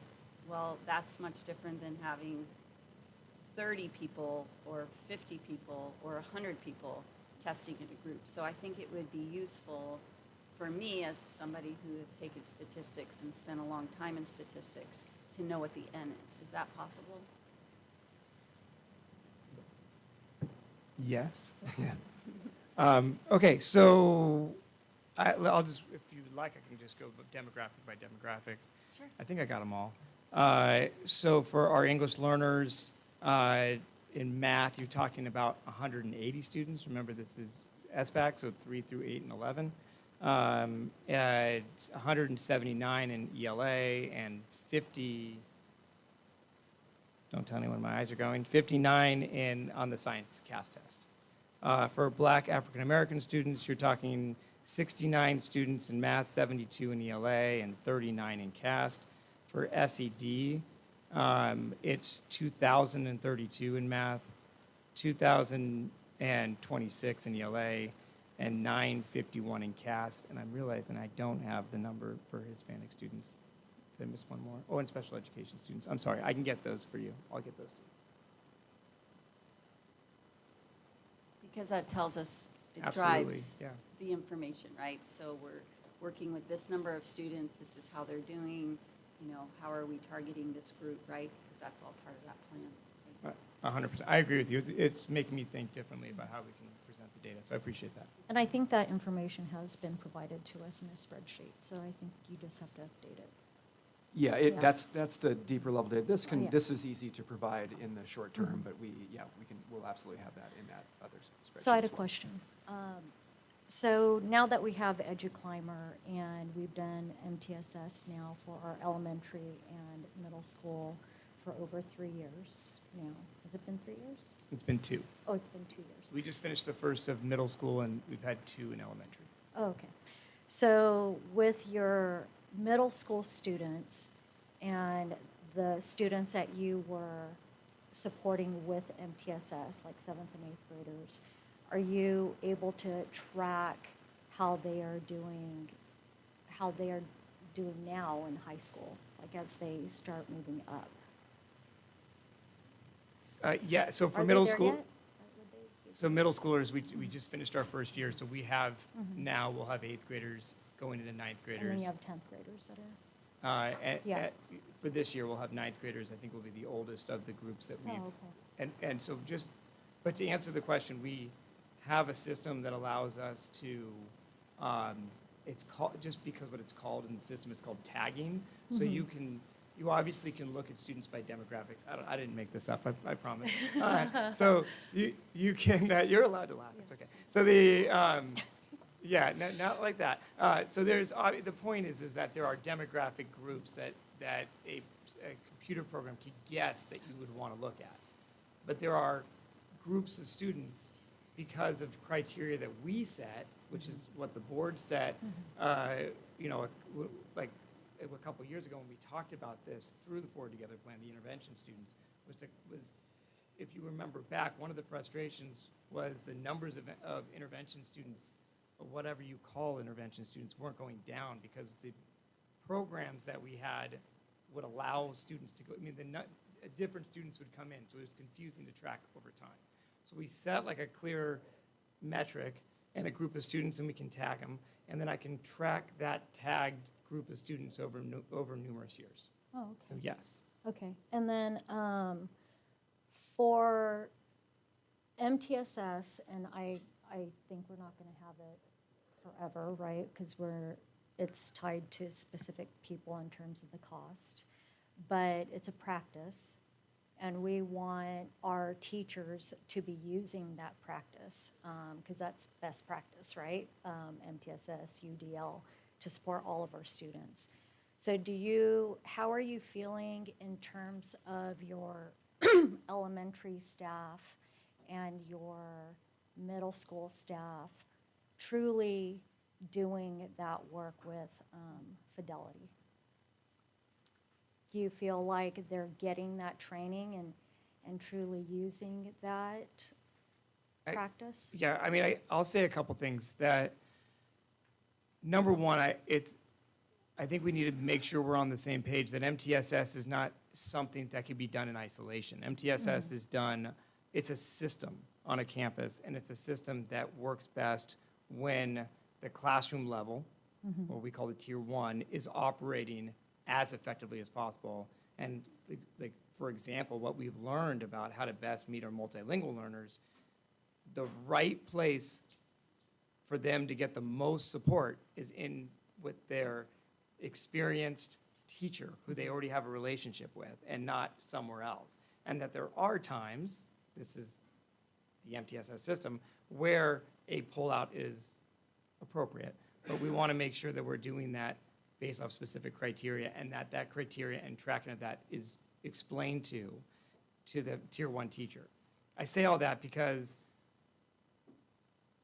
I have, over the years of time, I think at first when you work with MTSS teachers in that year 1, there was a lot of explanation about some of the shifts that we're looking to do that they were sitting back and listening to, or even like, that doesn't make sense. It was a little bit of that, conversation. And then in year 2, that they're now getting it, and their conversation is with their own teams. And change is slow. People are people. So it takes a little bit of time for people to see things differently. And a couple telltale signs that really gives me pride is that, number one, that every single person who has signed up for the role of an MTSS teacher, I think will tell you they're more inspired as an educator, more engaged as an educator than they ever have been. And part of that is they can gift it to their colleagues. That is this work which is stop and reflect for a second. Because teachers work so hard, and sometimes they're working so hard they don't have time to slow down and reflect. So what our MTSS teachers are doing, also part of this PD, is slowing them down, having them look at the impact and reflect on it with data. And at our last MTSS meeting, we have one about once a month, it's the first time that I didn't run anything. The entire meeting was run by our MTSS teachers. So we're growing our teacher leadership in our district. And that process, like a subpar answer, is slow. And it's different on different sites. But I feel great about where we are. And Ms. Fuentes' response about that system that's being built at Jefferson is being modeled at other sites. And it's getting better and better month by month, is what I'd say. Okay, so it sounds like they are learning that practice. 100%. And taking it in and having the opportunity to reflect and move on so they could do it independently. Yeah. And then work with other colleagues as well. I guess the one other thing I want to make clear is we set norms. So there's these walls that we set about every site will do these things. And the hard work of helping a student learn is messy and complicated. And so we let the innovation happen on the school site to do that. But these norms make sure that we're all doing the structures of MTSS on every campus. And I can tell you on that note, 100% easily, not even have to question it, our MTSS teachers are 100% on board. And they're driving that ship on their campuses in partnership with their principals. Any other questions? Trustee Verba? Thank you. So I feel like I'm the only one asking questions, but thank you, Trustee Ward, for asking one. I don't feel like I'm taking all the time. But so on slide 9 again, so Dr. Ecker, we see actual data. Thank you for that, for these subgroups that are part of our DEI plan. But are we meeting the goals for improvement also of these identified groups for the DEI plan? Yeah, so in the Forward Together plan, we have SBAC targets at 5%, and CAS science targets at 4%. So pretty robust targets is what I say on that. And we met them with a couple groups, but most of them were not meeting those 5%, 4% targets on academic growth.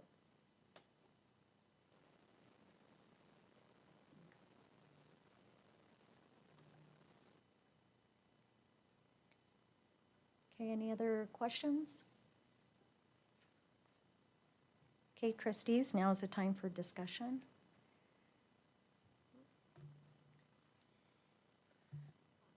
I want to say thank you for thorough. I know I had asked some similar questions about, the numbers within, and I truly know that the data doesn't say a lot, and you're always hitting that moving target. And so I appreciate, the work that you're doing, and I'm excited to hear and even see some of the new things that you have coming across from, and more importantly, to see that the teachers are really excited and then spread that enthusiasm onto their students. So, really positive, I think, when we're looking at data. It's hard to pull out all those, little stories, but I think we're on the right track, and growth, like you said, is messy and sometimes takes some time there. But I see all positive moving forward, and especially looking at the whole child, not just those number data. So thank you for sharing all those things, and I'm excited to see in the next report, especially when some more of that data is released from the embargo and everything as well. Go ahead, Trustee Cioce. I'd like to mirror several comments that I heard tonight about the strength of the teachers that we have. As a parent in the district for 23 years, we have incredibly dedicated teachers and staff that make it just such a wonderful environment. So I don't think it's the teachers that need change. We need more supports and more tools for them to take this to the next level. And I think we can continue improving how we're presenting the data with more framework and understanding, what it is we're really looking at, the context. And I think Trustee Verbuff's question about the DEI numbers and kind of integrating that slide would have been helpful, to be like these goals and where are we kind of piecing these numbers together, because we definitely, they are lofty goals, but this is Carlsbad. And we're an amazing district with amazing teachers and amazing parents. And so we all want to see great success. So I just wanted to say thank you to all of our teachers. We can't do it without them. Anything else? I think I've said enough.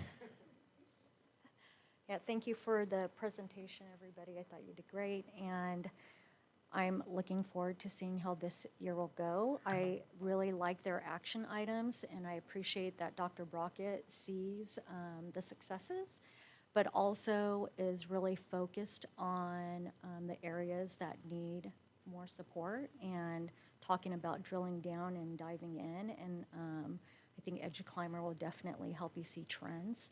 So that's great. And I'm looking forward to seeing how all of our students are going to grow, especially our student populations that need even more support. So thank you.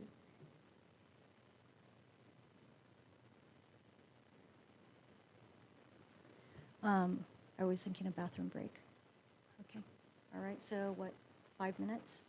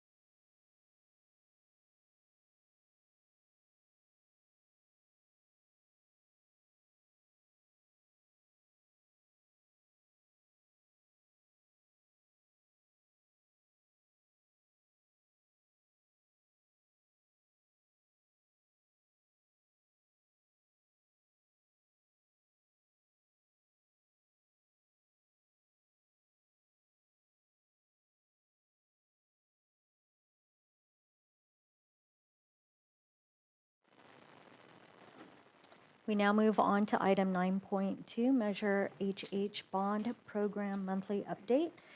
Trustees, this is an information discussion item. I will now hand it over to Dr. Rob Nye. Thank you, Vice President Ward, trustees, and Dr. Norman. This evening, we will be providing an update on several important facility projects that were completed or advanced over the summer as part of the Measure HH Bond Program. These projects funded by Measure HH Bond dollars reflect the community's investment in our schools and the hard work of our facilities team to ensure that students and the staff return to safe, modern, and welcoming learning environments across all of our campuses. This time, I'd like to introduce our Director of Facilities, Jessica Kimbrell, who will walk us through the summer project highlights and provide the board and the public with more detailed update on the progress being made across our campuses with the support of Measure HH. Thank you, Director Kimbrell. Thank you. Vice President Ward, trustees, Superintendent Norman. I just want to dive right in with what we did over summer. I know I've seen a couple of you guys out at the school sites since this beginning of the school year, but we'll just get into a little bit more detail here. Okay. Can I take it? I'm gonna take this. We're just gonna highlight the AOs and Buena Vista and Pac Rim. So one of the things that I wanted to do for Aviara Oaks is kind of show the progression over the course of the last year, really, year and a half almost. We started up back in early 2024. And so we're just going to start there.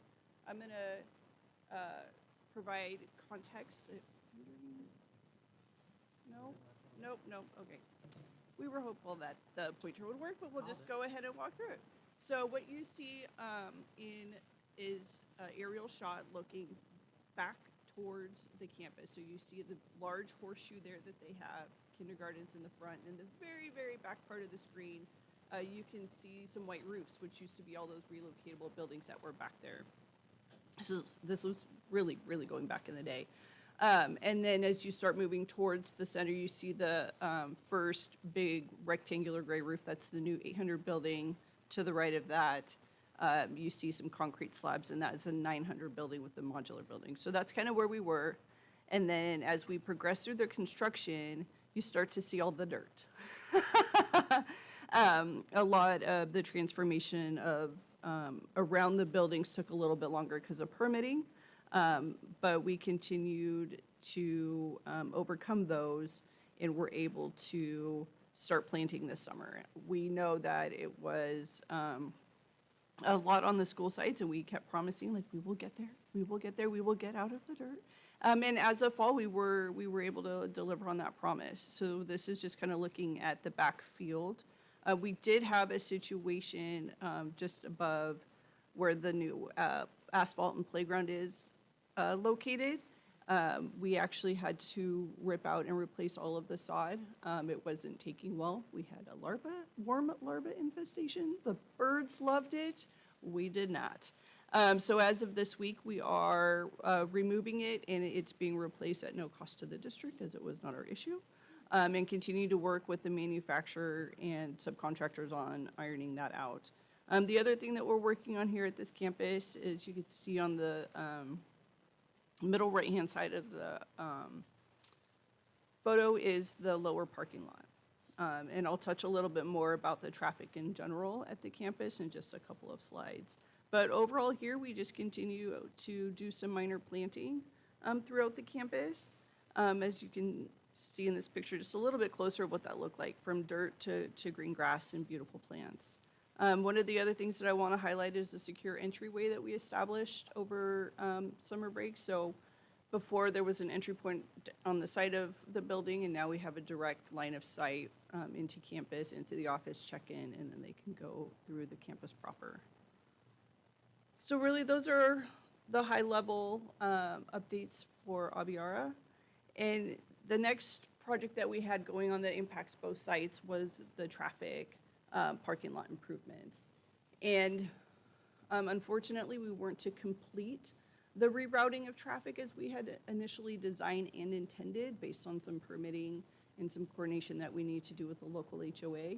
So we had to, last minute, I would say probably the end of July, beginning of August, really pivot in terms of how we were going to get the traffic to flow now, right? It's theoretically the same going from south to north throughout the parking lot with a couple minor adjustments. There's now, the driveway got shifted a little bit further up Ambrosia, away from Aviara, and there's a island in the middle of it now.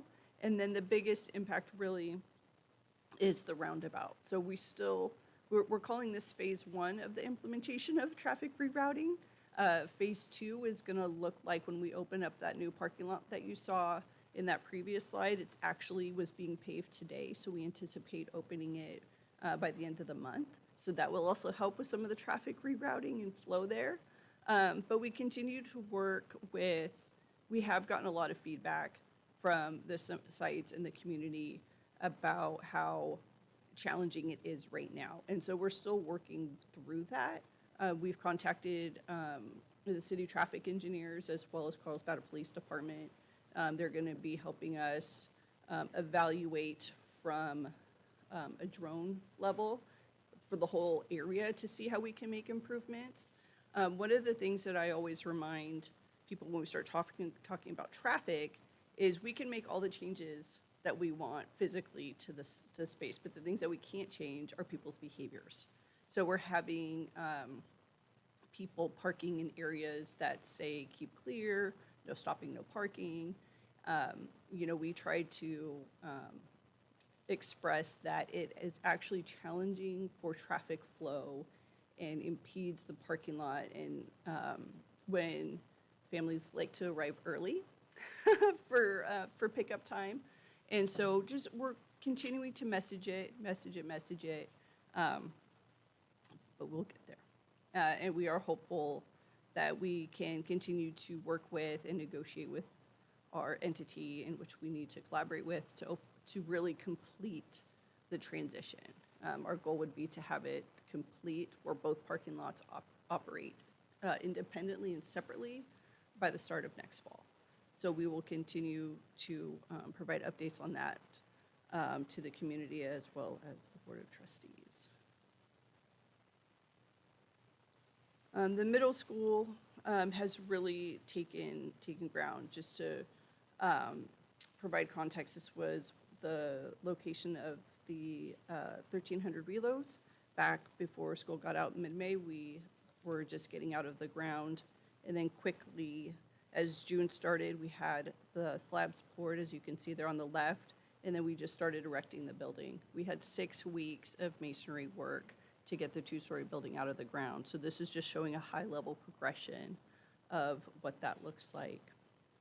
As we progress into July, you can see that they're starting then to build on the 2nd story there from transition from the left picture to the right picture. And then later on in August, you can really, when you start seeing the steel fly and being placed on the right-hand side, that for us is such a good indicator and good key milestone because we know that we're gonna be able to dry in the roof before it starts raining. So we're well on our way to doing that. And just a couple of weeks before school started, we actually had the steel decking placed. So the image on the right-hand side, you can see the metal structure below all the beams is laying the foundation for the 2nd story concrete. So it is moving right along, and we are super excited. We are still on track to turn this building over at spring break.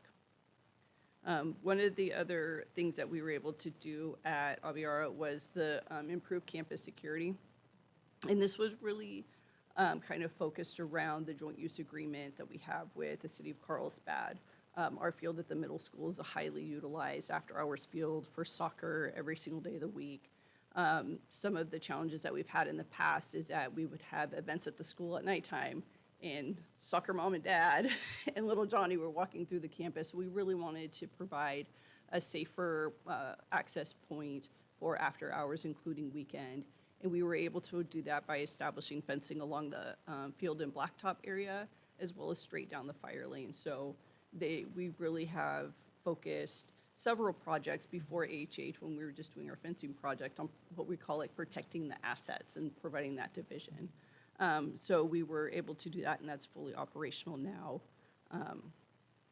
And the city of Carlsbad started using the fields again this last week. So it is working out well. At Buena Vista, we've talked over the course of the last several meetings that I've presented about what that scope of work is and how we really started to focus on the campus proper. And in order to do that, we had to establish the interim, what we call the interim housing. So we were able to relocate and place portables up on the upper tier, which was our phase 1 at this campus.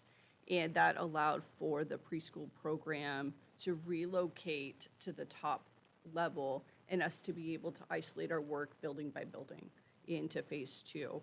So I've highlighted and clouded that we're in building B right now, and I'll show you a couple pictures there in the middle in a minute. And once we're done with that in the campus proper existing buildings, then we'll be able to move to phase 3 relocatable buildings and new placement of a STEAM lab, as well as a staff lounge and restroom.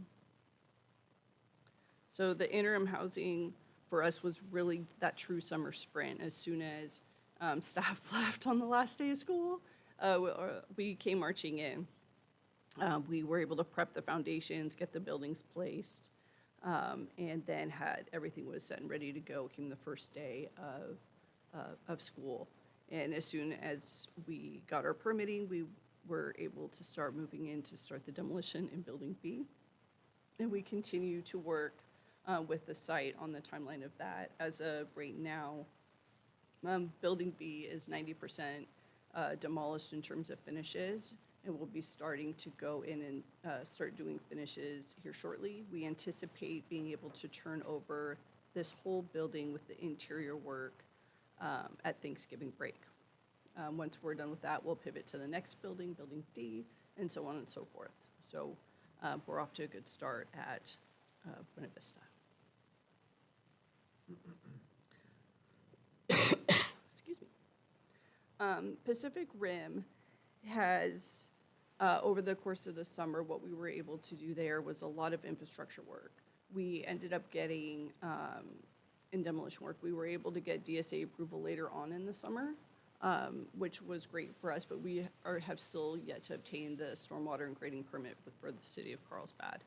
So we really looked at what could we do in order to get prepared for that, what scope of work in the existing buildings can we jump out at and get done ahead of time instead of holding it off till next summer. So demolition of the kids' care building, we can always do demolition. We were able to knock that down because that's part of the footprint for the new building, as well as replacing the new doors and providing the access control, which is part of the district standard and security measures that we have in place.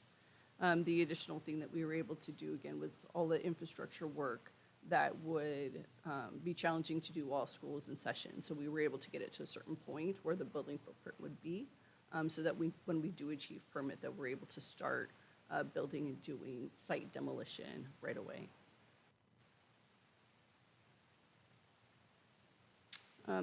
That's really an update in terms of all the projects that we have. I know at our next meeting, it's going to be our facilities study session 2 weeks from today.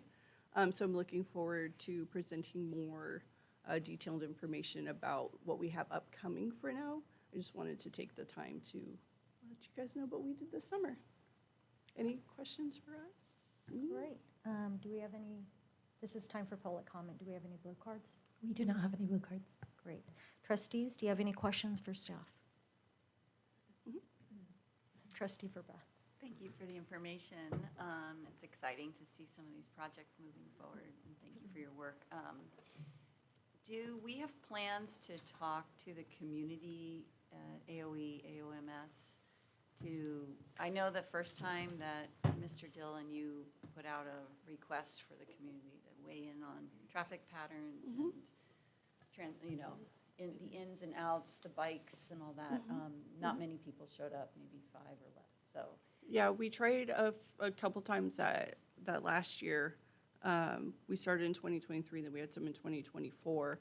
I actually spoke this morning to the AOE PTA and gave them an update on the traffic and some of the feedback that we've been getting. We've been doing joint communication at the beginning of the year with both AOE and AOM together. I think right now, part of the challenge is we're not just there yet, right? As we incrementally roll out the plan that shows that we're gonna be reducing drop-off and pickup times by separating them at times, until we do that, it's gonna be a little bit of some growing pains. I think our next step really is to work with our police department partners and our traffic engineers to see holistically from their city streets to our parking lot and our processes and procedures, how we can make improvements in the interim. So at this time, we've just been getting kind of like onesie twosie feedback from staff and through parents as well as some teachers. And I got a good feedback today from AOE. We haven't planned on any community presentations at this time, but maybe as we get closer to the next phase of phase 2 rerouting, once that lower parking lot opens, I could see us doing that. Follow-up. Go ahead. To the site. So I drove by, happened to be running an errand in the neighborhood, and was driving by when school was being released soon, and parents were waiting, and the traffic backed up onto Aviera Parkway. So has Carlsbad PD, have they offered any thoughts on this for safety reasons, et cetera? Because I know that the cars are in the bike lane on Aviera Parkway, turning onto Ambrosia. So do we have any plans to? They did provide some recommendations. I think it was last week when they were out there. I know they've been, the first week of school, they made a really big presence, as well as the second week.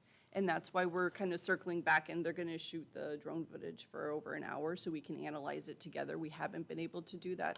When I spoke with the traffic engineer last week, we thought it was going to be Monday, but we haven't gotten that date from them yet. But yes, we are getting their input. Any other questions?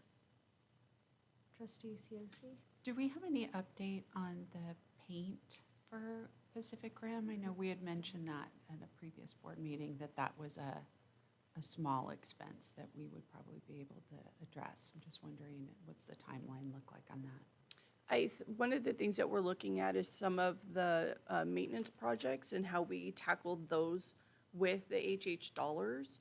Our goal would be, once we complete the campus, which would be, it's all contingent on when we get out of the ground, right? We would anticipate looking to, at a summer timeline to do that. Right now, the funding and is not identified, but that is our goal, is to be able to have a nice refreshed campus as well as the new building all at one time. Go ahead. Trustee Beth. I just have lots of questions. No, you're fine. I just happened to go to Buena Vista this week and walk the campus, and it's very exciting to see what's happening and how many students we're serving there. It's great. And I did go over some questions and thoughts with Dr. Norman, and I think she'll probably go into more detail because I don't want to take a lot of time here. But I did notice when you talk about replacement of the blacktop area, what blacktop areas specifically are we replacing? That it's a resurfacing of the blacktop area on the main play level, as well as a resurfacing of the parking lot. So there's no plans to resurface like behind Kinder or up by TK? At this time, there was not. At this time. We'll talk some more later. Yeah, and we can also talk with Mr. Cronky about putting that in our maintenance plan. Yeah. And not taking it out of HH, but part of our regular maintenance.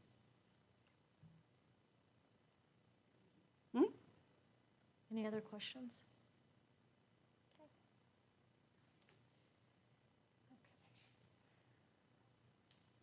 Okay. Okay, trustees, now is the time for discussion.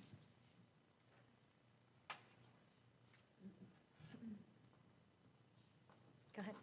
Trustee Lee, sorry. No problem.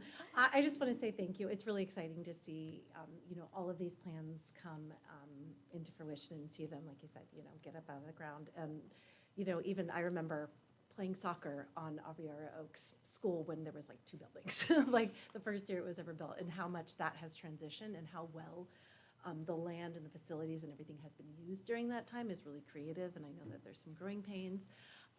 You know, I know fall is a hard one for that traffic, but they will figure it out, and I think I'm really excited to see, you know, some of those new buildings and the STEAM labs and everything coming up, and thank you, and I look forward to, in 2 weeks, hearing a little bit more.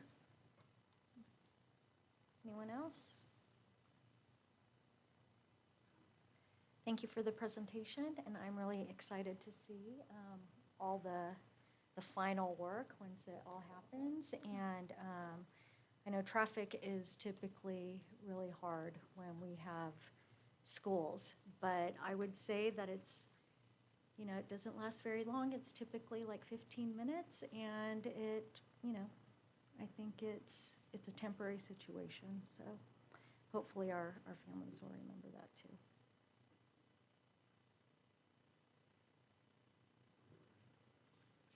All right. Okay. Thank you. We now move on to Part 10, Business Services. Item 10.1, Adoption of the 24-25 Unaudited Actuals Financial Report. Proposition 30, Education Protection Account Expenditure Report, and Resolution Number 11-2526, adopting the GAN limit for 24-25 and 25-26. Trustees, this is a discussion action item. I will now hand it over to Dr. Robney. Thank you again, Vice President Ward, trustees, and Dr. Norman. Yeah, that's quite the title. So that was a long one.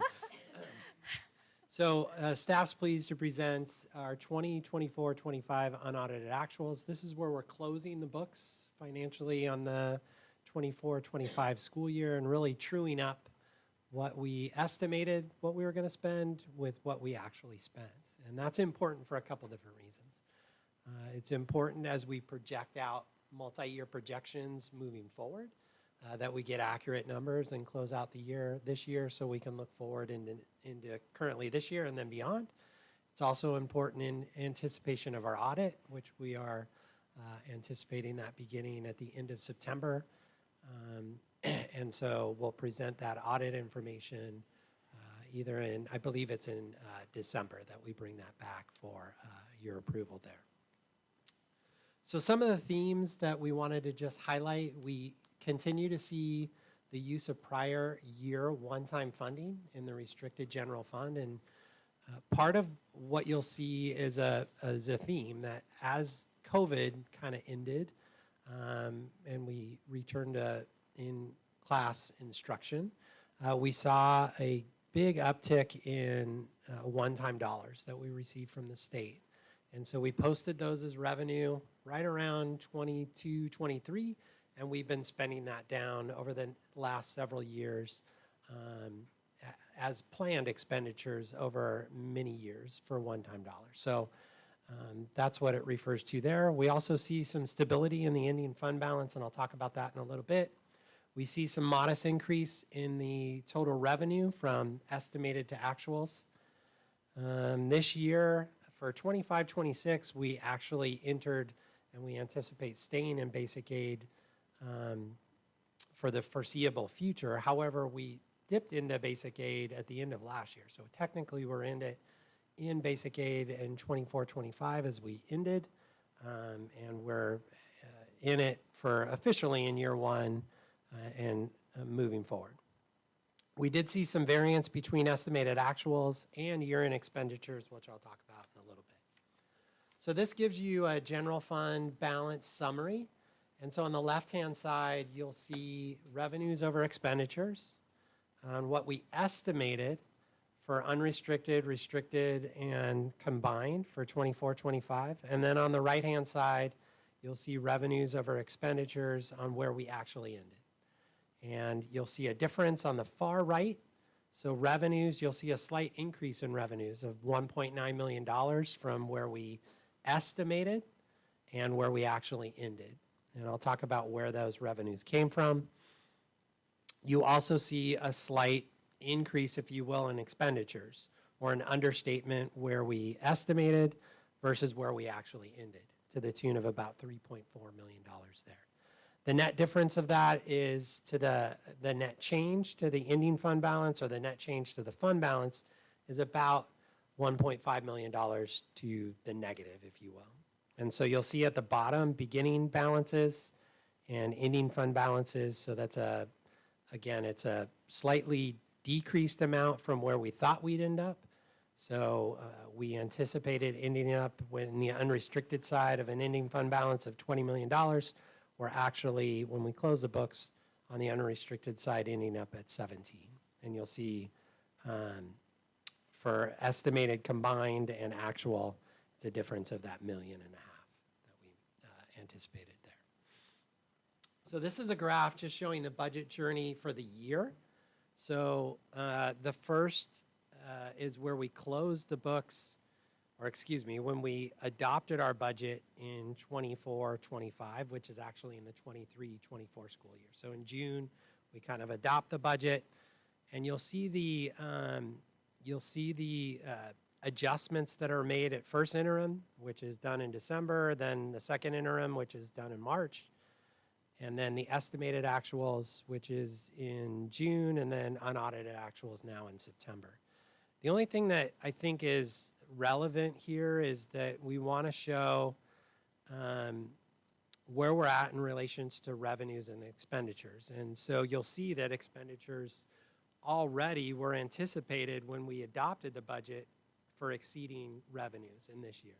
And part of that has to do with those one-time dollars we anticipated spending those down through the next several years. So that's why you see that. The other important note is where we adopted in 25-26, you're seeing those more in balance now. So actually we're anticipating revenues slightly increasing over expenditures in the 25-26 school year, where we weren't in that place in adopted last year. So this is just a historical look at that same kind of graph where we talk about where we were in adopted and where did we end in actuals, revenues versus expenditures. And you'll see for the most part in many of the years, 2018, 19, 19, 20, 20, 21, 21, 22, and 22, 23, revenues exceeded expenditures when we closed the books, each of those years.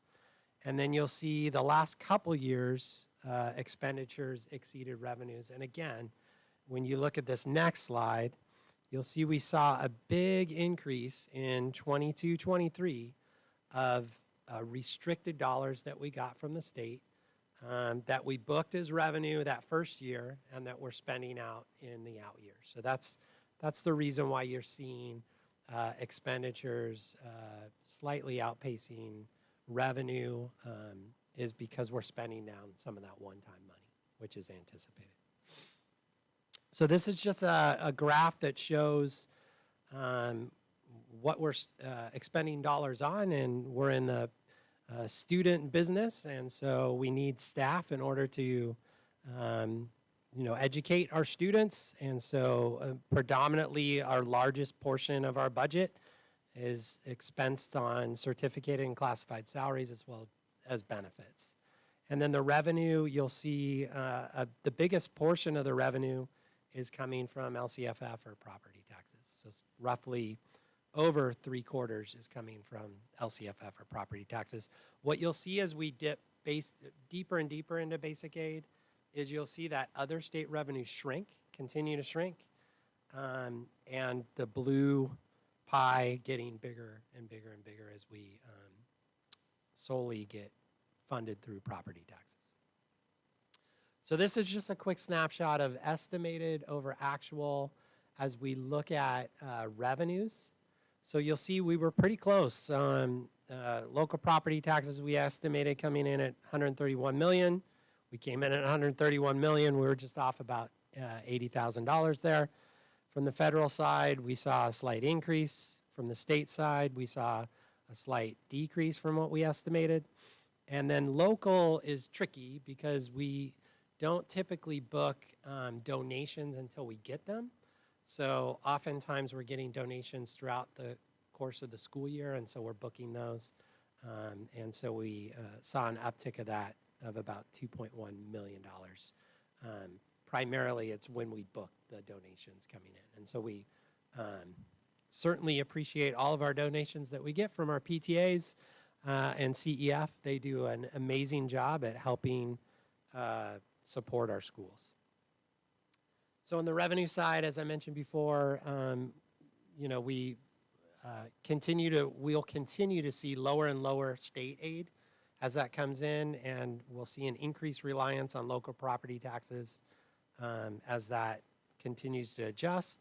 We saw some slight adjustments on the federal level as well as the state level.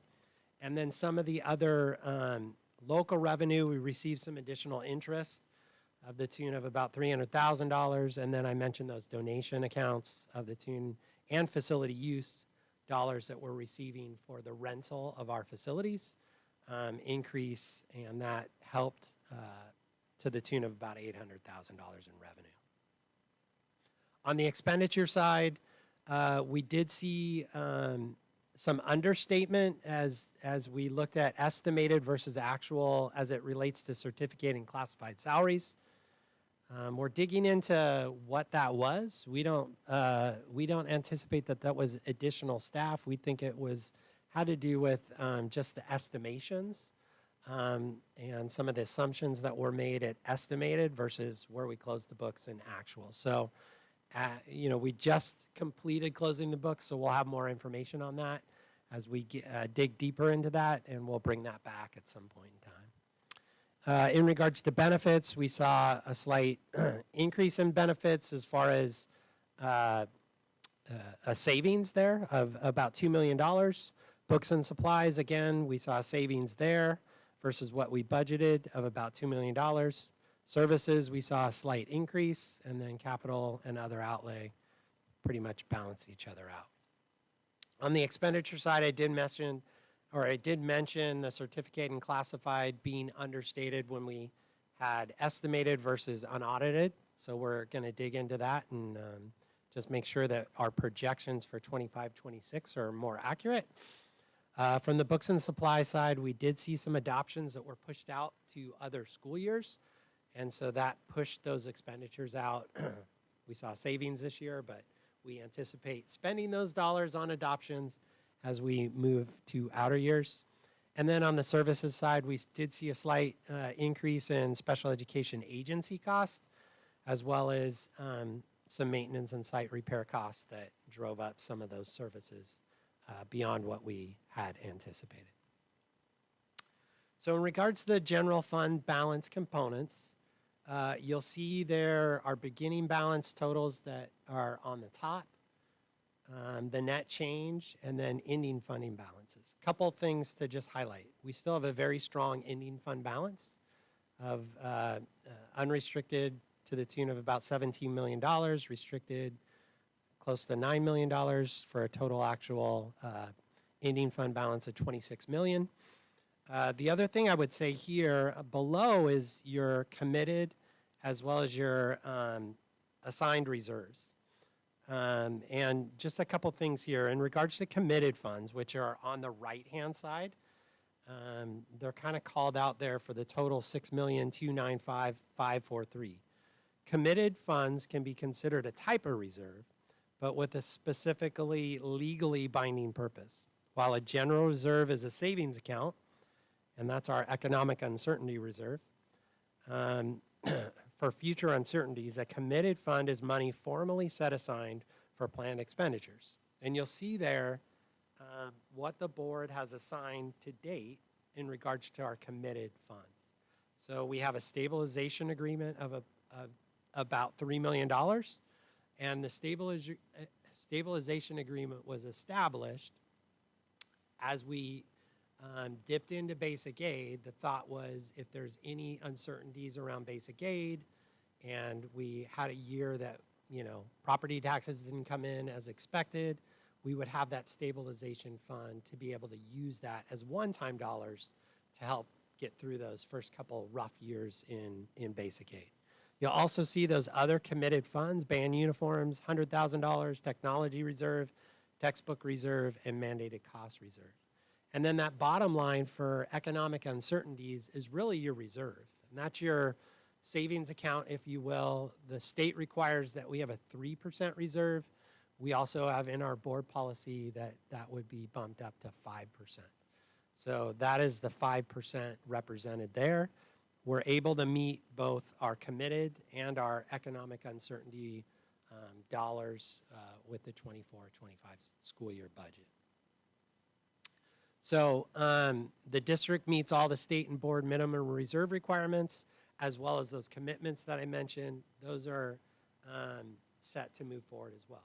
I would say this, that as we look at those committed reserves, one of the areas that we're talking about with ITS is taking a look at specifically safety and security on our campuses as we look at security cameras and cameras on all of our campuses. And what we're finding is our cameras are in somewhat of a disrepair, so we're working with our ITS department to gather some more information about that. That would be a perfect example of something that we didn't budget for in the 25-26 school year, but that we could use as we got more information and free up some of those funds in this committed reserve for that very purpose. And so that's an example of how we could use those committed funds. It's being used in a very constructive way. It's technology, it's safety, it's on our campuses, and we think that could be something that we use in the future. So as I close here, there's a couple of things that we wanted to just say. We are officially out of the LCFF formula at this point in time and officially in basic aid. So what that means is that our primary source of funding at this point in time is local property taxes. When your local property taxes exceed what you would receive in LCFF funding and then supplemental and concentration funding, you're basically deemed a basic aid district. And so you get to keep any of the excess or reserves on top of what you ordinarily would have received had you been an LCFF district. So in this case, we don't project any time in the next foreseeable future. We do get projections from the county as well that we're going to slide back out of that status. We think we'll be in that status for some time. We're still required to set aside dollars for supplemental grant students. And those are our unduplicated students that are free and reduced and foster youth and English language learners. So there's a specific dollar amount that we receive. We receive it through property taxes now, but we're required, because we're a basic aid district, as we would be in an LCFF district, is to carve out those dollars for unduplicated students. And that's still a requirement. We'll be presenting our LCAP just like we always do, where we're showing how we're using those dollars to support those students moving forward. And then again, property tax growth is key to sustain our programs, so we'll continue to look at assessed values and properties here in Carlsbad. We get tax estimates from the county assessor. We get an estimate in November and the final estimate in July of 2026. Attendance, I would still say, is critical. And from the former instructional guy, yes, attendance is critical. We want our kids to come to school and attend school on a regular basis for an instructional purpose, obviously, but it becomes a little less of a driver for us as it relates to receiving dollars. So it's still critical on the instructional side. On the revenue generating side, it's less critical. Transition concerns. So there's a couple different costs that as we slip into basic aid that we have to account for. And one is that in lieu property taxes. And so this is for any student that attends a county or a state charter that resides in Carlsbad Unified. And so it's natural to think that those families who reside here are paying property taxes, paying property taxes. Those property taxes come to us in the form of revenue. If those students are attending a county or a state charter, we then have to pass through those property taxes to that county or state charter. So those are called in lieu property taxes. this is the first year where we'll have to pay that. And we anticipate, we get a kind of an estimation from the county each year. They estimated that based on the number of students that are at those charters, it would equate to about $2.1 million. So that comes right off the revenue. And then there's something called the loss of the supplemental tax, which will be impacted next year, not this year. And so a supplemental tax is when a property is exchanged in the middle of the year. The added value of that property is assessed and given a tax. And typically, if you're an LCFF district, you receive that the next year. But because we're already receiving 100% of the funds that we would receive in our local property taxes, we will lose that starting with the 26-27 school year and moving forward. We won't receive those assessed property taxes that they call a supplemental tax. Different than supplemental dollars, supplemental and concentration dollars that we receive for certain students. It's a different tax. So just to be clear with those two pass-through accounts. I don't think, unlike the in lieu property taxes, the supplemental tax will never hit our revenue, we don't think. We just think it's just something we'll stop receiving after this year. So next steps is to provide you a first interim report, and that's going to come in December. We'll adjust our current year property tax estimates. As we mentioned, we'll get some estimates in November. We'll include our carryover expenditure budgets, so that'll be included. And then we'll provide some multi-year projections moving forward in December. So that's where you'll see side-by-side projections for 25-26, 26-27, and 27-28 as we close the books right now. And then we'll also bring you in December our annual audit report for the fall of 2025. And I will turn it back over to Vice President Ward. Thank you. This is a time for public comment. Have any blue cards been received? We do not have any blue cards. Okay. Trustees, do you have any questions? Trustee Emery? Can you go back to the 8.9 million that you said that we had when on the table there? Yeah. Is that exactly the 5% reserve, or is that above the 5% reserve? That is the 5% reserve. So it's exactly, okay. Yes. Can I elaborate? Yes, please. Your reserve, your economic and uncertainty is a formula, so it's based on your expenditures. So it's 5% of your expenditures. So if your expenditures go down, that number will change. So it's always a little bit different. Okay. It's not going to always be a set certain amount. So it's based on your expenditures. Got it. So Okay. as we're spending, now that we don't have as many restricted dollars, it's going to change. Okay, perfect. Thank you. Do you have a follow-up? Okay, I have a question. So on this page, the stabilization arrangement, can you remind me what it covers again? Because isn't it, you can only use it for certain things? Yeah, I think the thought with the stabilization arrangement was that it would be used if we run into some economic uncertainty as it relates to being in a basic aid status. Okay, so but only like for personnel? And that's what it would, it could be No, anything? It could be for anything. Oh, okay. Correct. Okay. And then a follow-up to that, anybody? Okay, I had another question. So the supplemental, thanks for explaining the supplemental grant money versus the supplemental tax.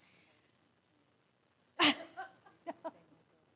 know. So we used to receive, as an LCFF district, we used to receive money from the supplemental tax, but now we have to pay it on, moving forward, we're going to start paying that? Because you said approximately 2.2 million ongoing. Yes, Okay. we will receive that one more year. Oh, one more The year. supplemental tax, we'll Okay. get it this year.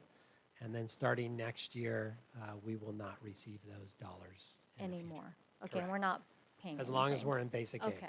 Correct. Okay, so even if there's a change in property, construction, whatever, we will not receive those monies still. That's my understanding, yes, correct. Okay. And then the supplemental grant money, we do get that this year as our first year as basic aid? So we get, I'll try to articulate this as best as we can. Yes, we get the supplemental dollars, but it's part of our property tax allotment. It's included in the property tax that we receive. So it's not additional. Okay. It's part of the overall bucket that we receive. So if for example, if we were an LCFF district, we would get the LCFF dollars, and then we get an additional $6 million in supplemental on top of that. And some districts get concentration, which is money on top of that. Because we're a basic aid district now, it's all included in the property taxes that we receive, that we Okay. get. Okay. It's included. So those $6 million are included in our property taxes that we receive. Okay. We have to carve out from that $6 million to go towards those students. But it is technically, we receive it. It's just Okay. part of our property taxes. Okay, because I was asking Dr. Norman about that. So, but, and we don't get that supplemental grant money this year as our first year as basic aid. It's whatever's included in our property taxes. Okay, but what we do get for one more year is a supplemental tax. Correct. Money for one more year. Correct. Okay, and then any follow-up on that? Okay, I had one last question.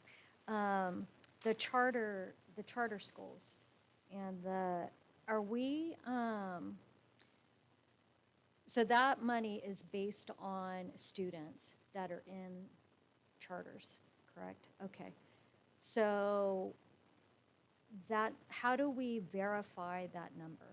Like, how do we know exactly what that's a great question. students are in charters? So we're in the process of doing that now. I've reached out to each of the 3 charters that the county has identified where our students are at. I've asked them to provide us a list of students' names, IDs. They have a CalPADS ID as well as their enrollment dates. And so we're in the process of checking. The county also does a check on that as well. They check CalPADS enrollment, and then based on truing up those numbers, then we'll start dispersing month by month based on attendance. And then I had a follow-up on that. So did we approve those charters as a district, or they were approved through the county? No, we did not. They were Okay. approved either at the county or the state level. Oh, I see. We have not approved any charters in our district, to And my that can knowledge. happen, apparently. It can, okay. All right. Any other questions? Go ahead, trustee Verbeck. So I met with Suzanne O'Connell back about the charters, and my understanding is that they're basically appointed to us, right? And she also stated that there will potentially be more that are assigned to us in the near future. Is that correct? I don't know the total number, but I've heard that as well. The county's alluded to that, and so that could increase, correct? Okay. Since we're on slide 12, may I ask a question? Okay. When I first got on the board a couple years ago, I noticed band uniforms was 80 or 90,000, so it's gone up to 100. I'd like to know if you know the history on this line item in our budget. I do not. I'm going to be honest with you. I don't know the history of this. I think the nexus of this was that about every 5 to 7 years that we're in need of new uniforms for our bands. And so the thought was to set aside dollars for that specific purpose, and so that it wouldn't be thrust upon boosters or the individual sites, that we could put some dollars aside when those band uniforms are in need of repair. I do believe that Dr. Brockett reached out to at least Carlsbad High to get a sense of when he's feeling that those would be in need, but I don't think it's the foreseeable future at this point in time. Yeah, I think that maybe more like 7 to 10 years is kind of the time frame for that. And I also don't know this predates my time at Carlsbad High School even. So I'm not sure what the background is either. I know that I believe that this fund was tapped into in, I believe, 2017 was the last time that uniforms were purchased. And I talked to band director Manzi about just kind of like the next couple of years. And there's going to be a need coming up, but it's not, it's definitely like a longer term type expenditure when that will need to happen, yeah. Yeah. I love music. I'm a musician myself, but I also am an athlete, and I love the fact that we have a lot of athletes who need uniforms too. And so I'm just wondering where the equitable part is in all of this, because I know that when my son played football his freshman year, we didn't even have enough drawstrings for the 90 freshman football players, and they were using pants and jerseys. We had multiple numbers. Some players had 3 of the same number. So I'm just trying to feel this out a little bit. I believe I asked Elisa Williamson this question because she was the longest standing trustee for 100 years. And so I'm not sure if that, yeah, so she was a musician also and perhaps an advocate of this. But I would like to ask the question is how is this equitable for all of our different, cheerleading, sports, musicians, the list goes on and on. These are the board commitments. So this is your commitments that you're setting aside for these purposes. We're happy to entertain a conversation about going in and renaming the commitments or redistributing those. We would need to do that through the budget process, though. Okay, and when is that? It'll be in the spring. We'll do budget development in the spring. And I have been part of an effort to do just what you're referring to, is not only look at band uniforms, but look at all sports for 2 comprehensive high schools. And what we did was we worked collaboratively with the athletic directors, the principals, and got feedback from the coaches. And there's some kind of rules around funding uniforms. For example, if you personalize them, what falls in and out of what we can pay for. But I think that this is something that with a commitment we could change it. You can also just put it in your budget and make sure it's part of your regular budget. The commitment, just make sure you're carving it out so that that is what that money's for. I had it in my other budget before, but I think that's a good point because we want to make sure we're spreading our money to as many students as possible. Yeah, the other thing I would say is that these are one-time dollars. So the minute they're spent, they're gone. So, they're not ongoing. Those commitments are there as one-time purposes. Right, Correct. and you mentioned that the band doesn't use it except maybe every 7 years, right? So on those alternate years, maybe we can spread the wealth, to other needs. I think if it's going to be something that we're doing every year, we could also just put it in the budget then and make sure it's budgeted. Then it doesn't have to be a commitment, it's just something that's in the budget. Thank you. Any other questions or, no? Okay. Okay. Sorry. Trustee Burgo. On slide 10, you did mention about the salaries that you mentioned, I think you mentioned you weren't quite sure why, but do you expect a similar issue this coming year with the commitment of dollars to certificated salaries and classified salaries? I certainly wouldn't hope that we are in that situation. We want to be as close to estimated to actuals as possible, but we're digging into why that occurred for this year. But no, I think that as I'm looking at the budget from first interim to second interim to estimated to closing, I will have a very watchful eye on both of those things to make sure that we're trying to be as accurate and to the number as possible. So no, I don't anticipate this reoccurring. Okay. Any other questions? Can we just ask people in the room can take their conversations outside, please?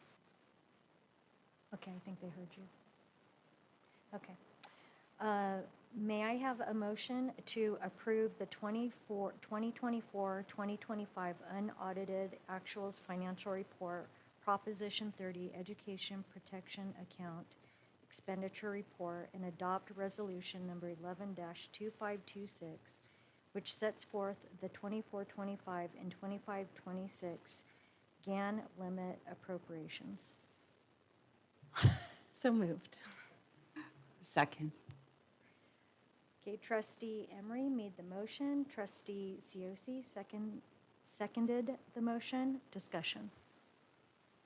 Any discussion? Okay. Ms. Garcia, please call for a vote. Trustee Cioce? Yes. Trustee Verbat? Yes. Trustee Emery? Yes. Trustee Ward? Yes. Motion passes 4-0. Thank you. We now move on to item 10.2, appointment of independent oversight committee member for Measure HH bond program. Trustees, this is a discussion action item. I will now hand it over to Dr. Rob Nye. So this warms my heart in that we're bringing a recommendation forward for a new IOC member, and that is Miss Kathy Gunzelman.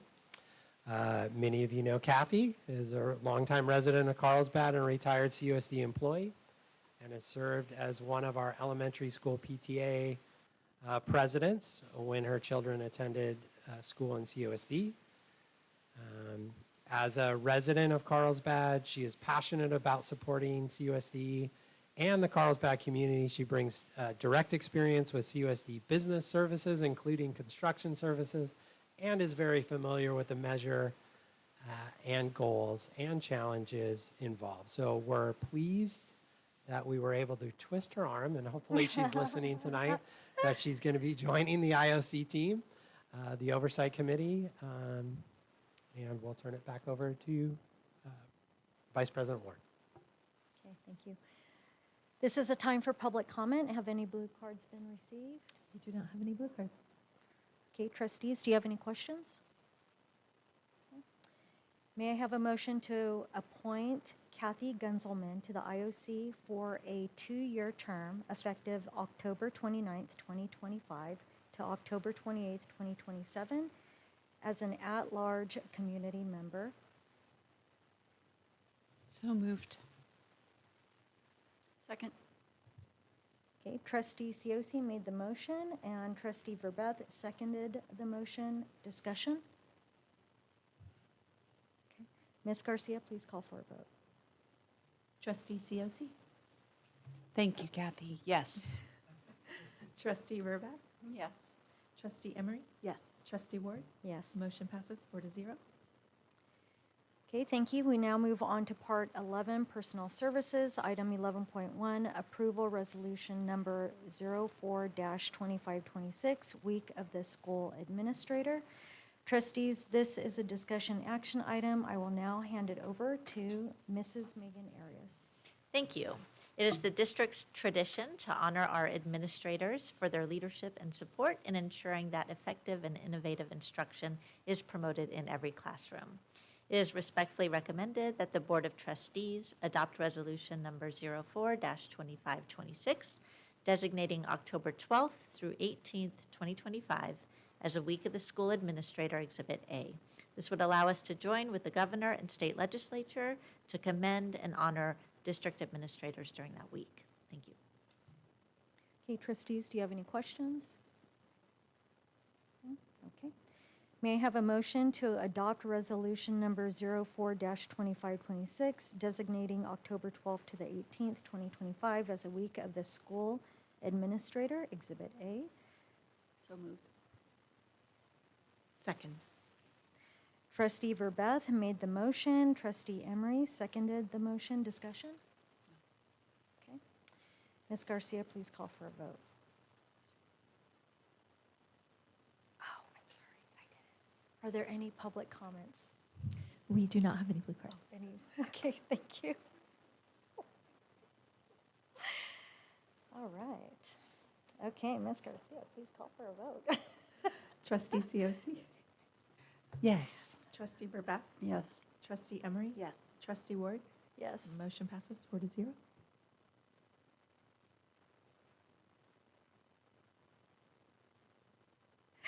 Okay, thank you.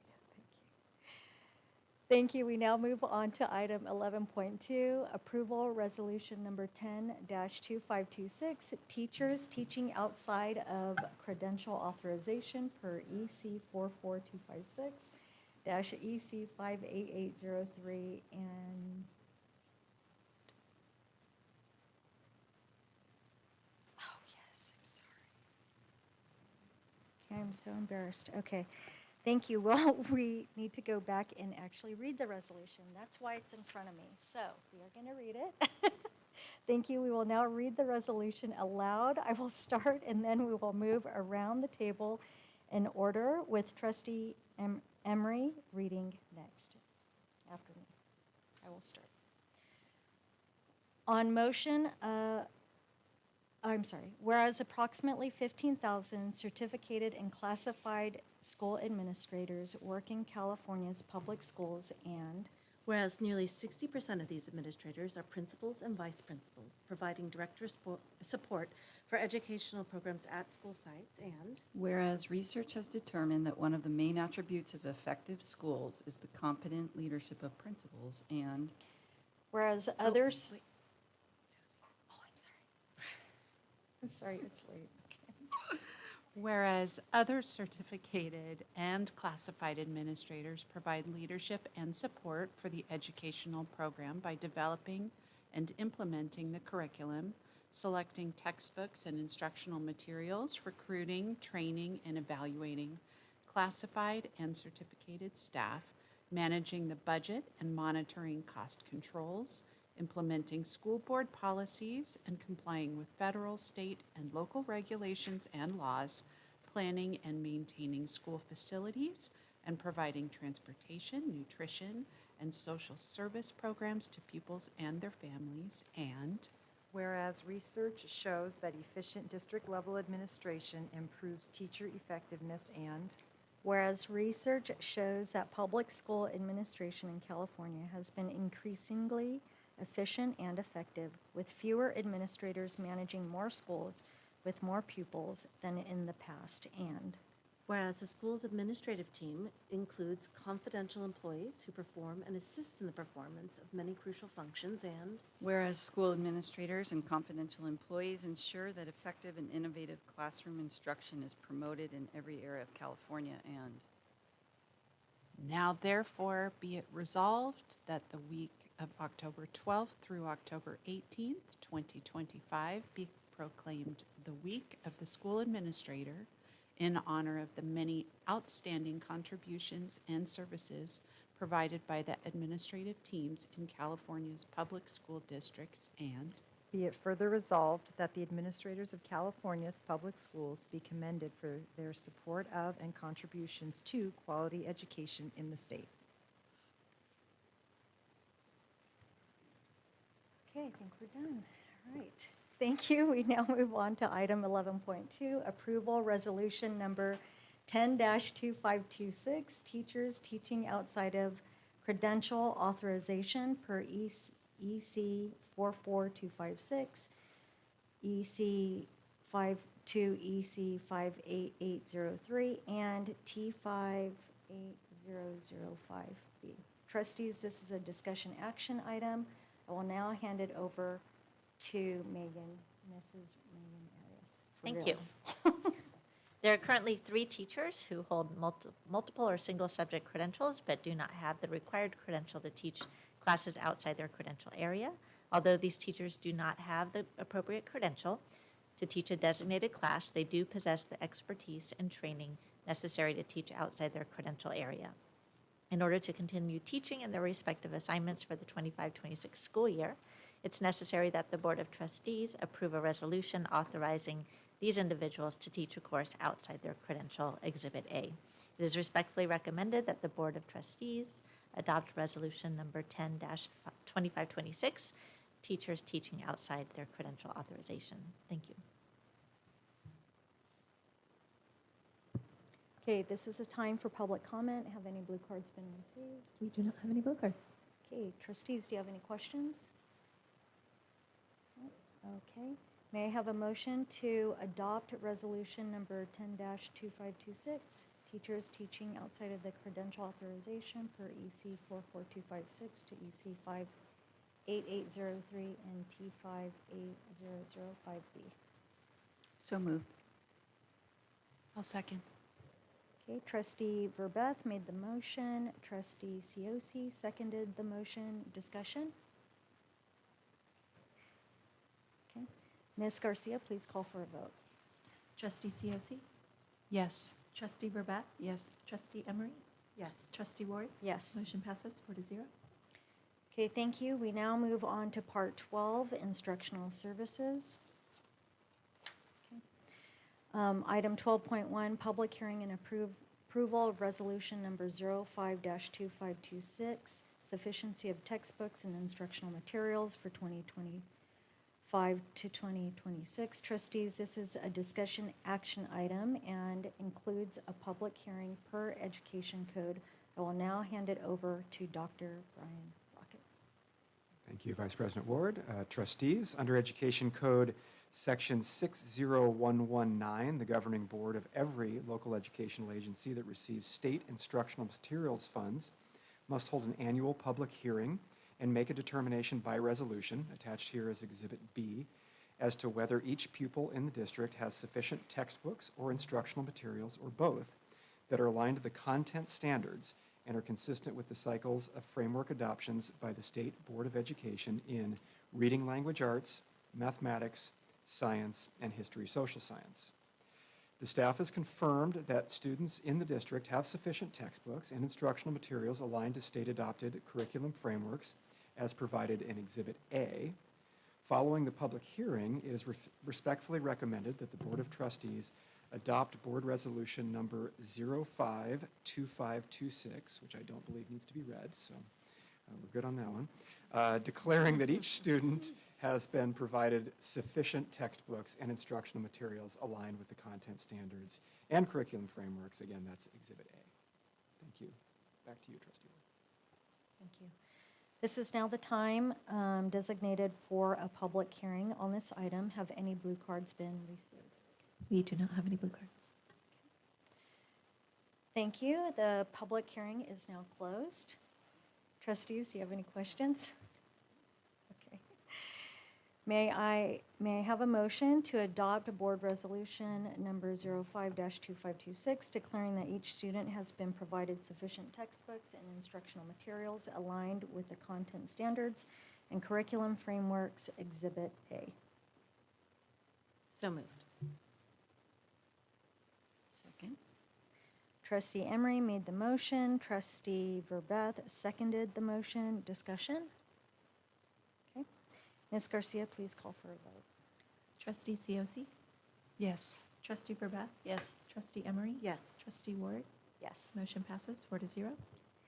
Thank you. We now move on to Part 13, Board Policies. Item 13.1, revision of Board Policy 1312.3, first reading. Trustees, this is... Trustees, this is a discussion action item. I will now hand it over to Dr. Rob Knight, or Dr. Brian Brockett. Oh, it's not. Dr. Brian Brockett. Thank you. Yes. Thank you.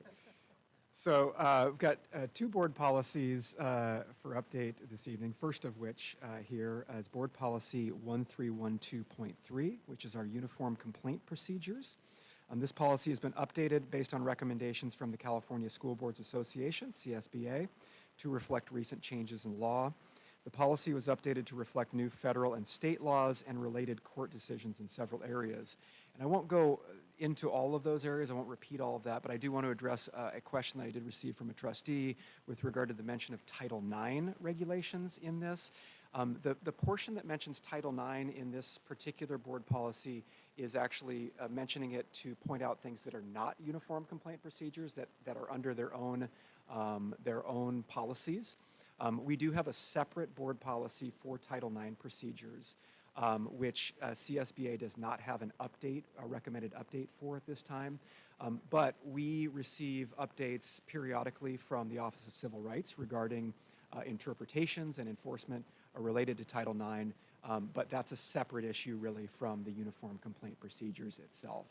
Uniform complaint kind of gives us an umbrella of different types of things that are listed out in that policy that you can see, a kind of a long list of items that do fall under uniform complaints, and again, some items then that don't and point to different areas. So really this doesn't address anything related to any updates in Title IX policy.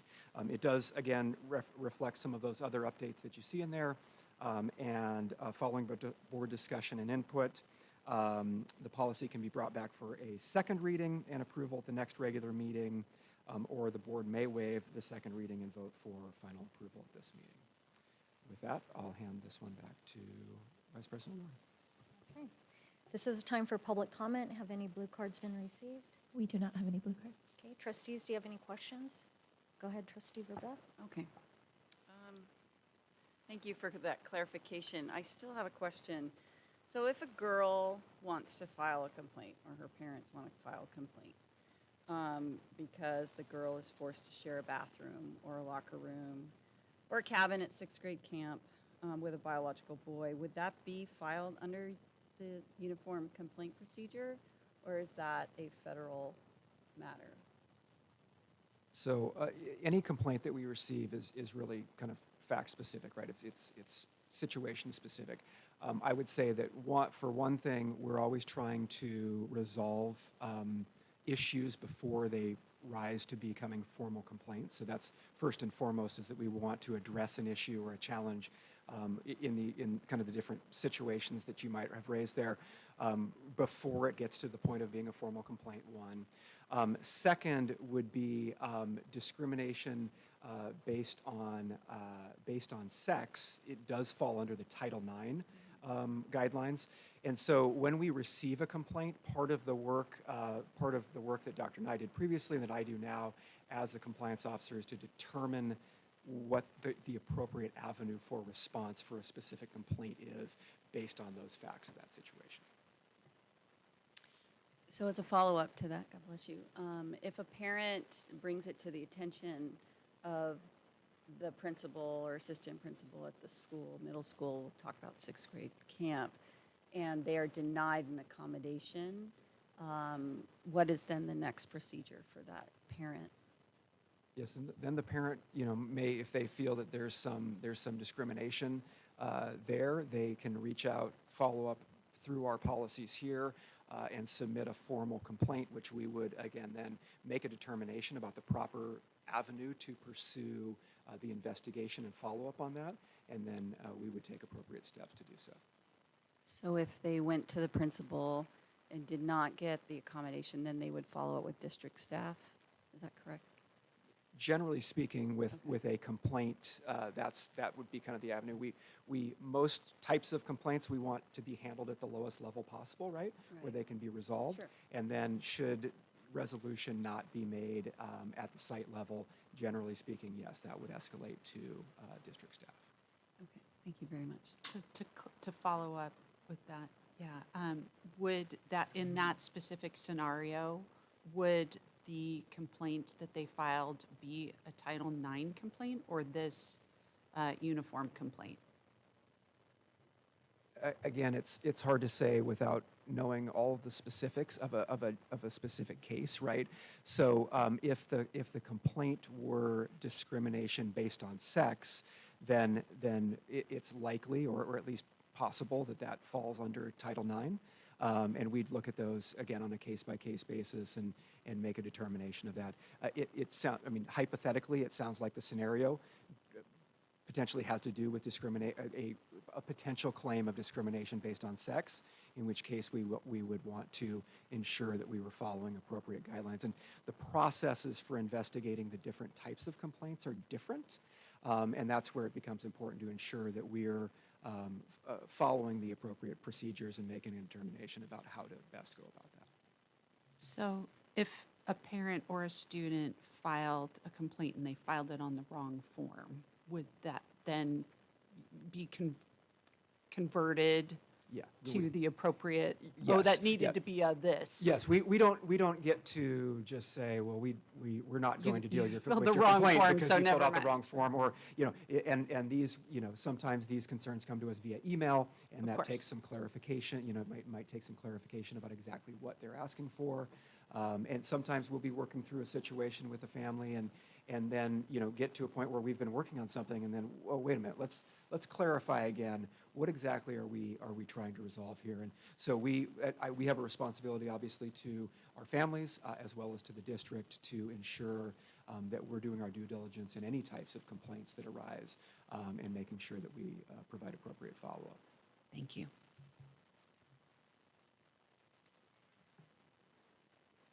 Okay.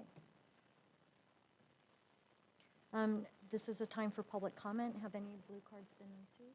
We do not have any blue cards. Okay, trustees, do you have, okay, do you have any questions? Or discussion, sorry. Or, no, I'm sorry. May I have the motion to approve Board Policy 1312.3 and approve as a first reading? So moved. With second, with, would you be amendable to waiving the second reading? Well, yeah, it said first reading. So first reading, okay. Yeah. So moved, or second. Okay, it's late, I know. Okay, we had trustee Verbath made the motion, trustee Emery, the second motion, discussion? Okay, Ms. Garcia, please call for a vote.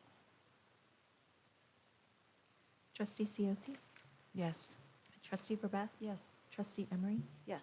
Trustee Ward? Yes. Motion passes 4-0. Okay, now we move on to Part 13, Board Policies, Item 13.1, Revision of Board Policy 6142.91, first reading. Trustees, this is a discussion item. I will now hand it over to Dr. Brian Brockett. Thank you, Trustee Ward. This one's a little more straightforward. This is a revision, recommended revision to Board Policy 6142.91, based on, again, recommendations from the California School Boards Association. The key update here to this particular board policy on reading instruction has to do with the new section for screening for risk of reading difficulties. That includes some specific components, including board adoption of screening instruments, which this board has done, annual assessment of each student in grades K2, which the district is currently undertaking in accordance with updates to law, the provision of specific information to parents or guardians who are eligible, and that information was provided earlier this year, and then, of course, that our staff administering those reading screeners be appropriately trained to do so, which the district has undertaken to do.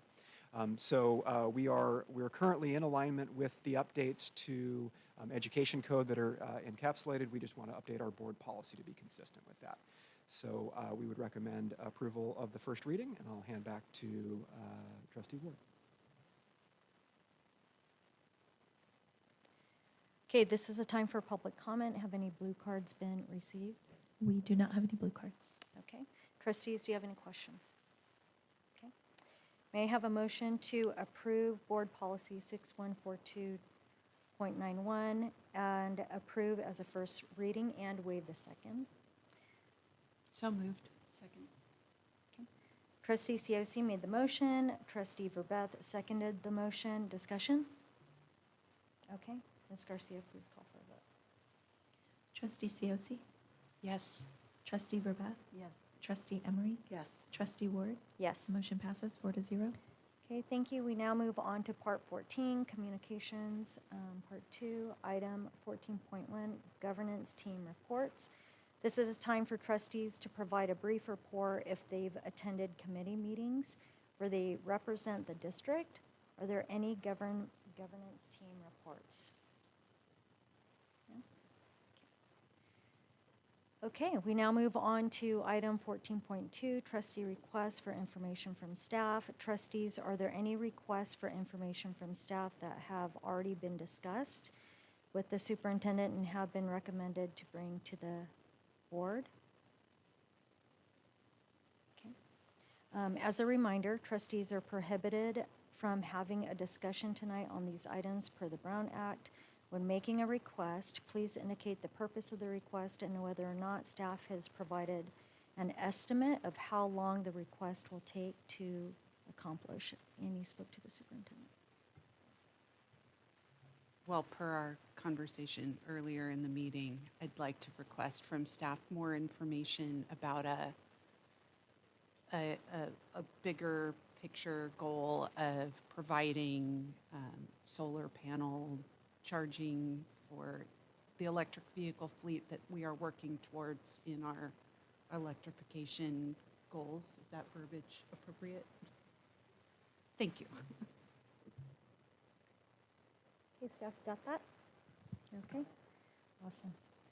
All right, thank you. And we move on to item 14.3, trustee request for future agenda items. Trustees, are there any requests for future agenda items that have already been discussed with the superintendent and have been recommended to bring to the board? All right. Okay, we're moving on to item 14.4, continuation of item 7.1.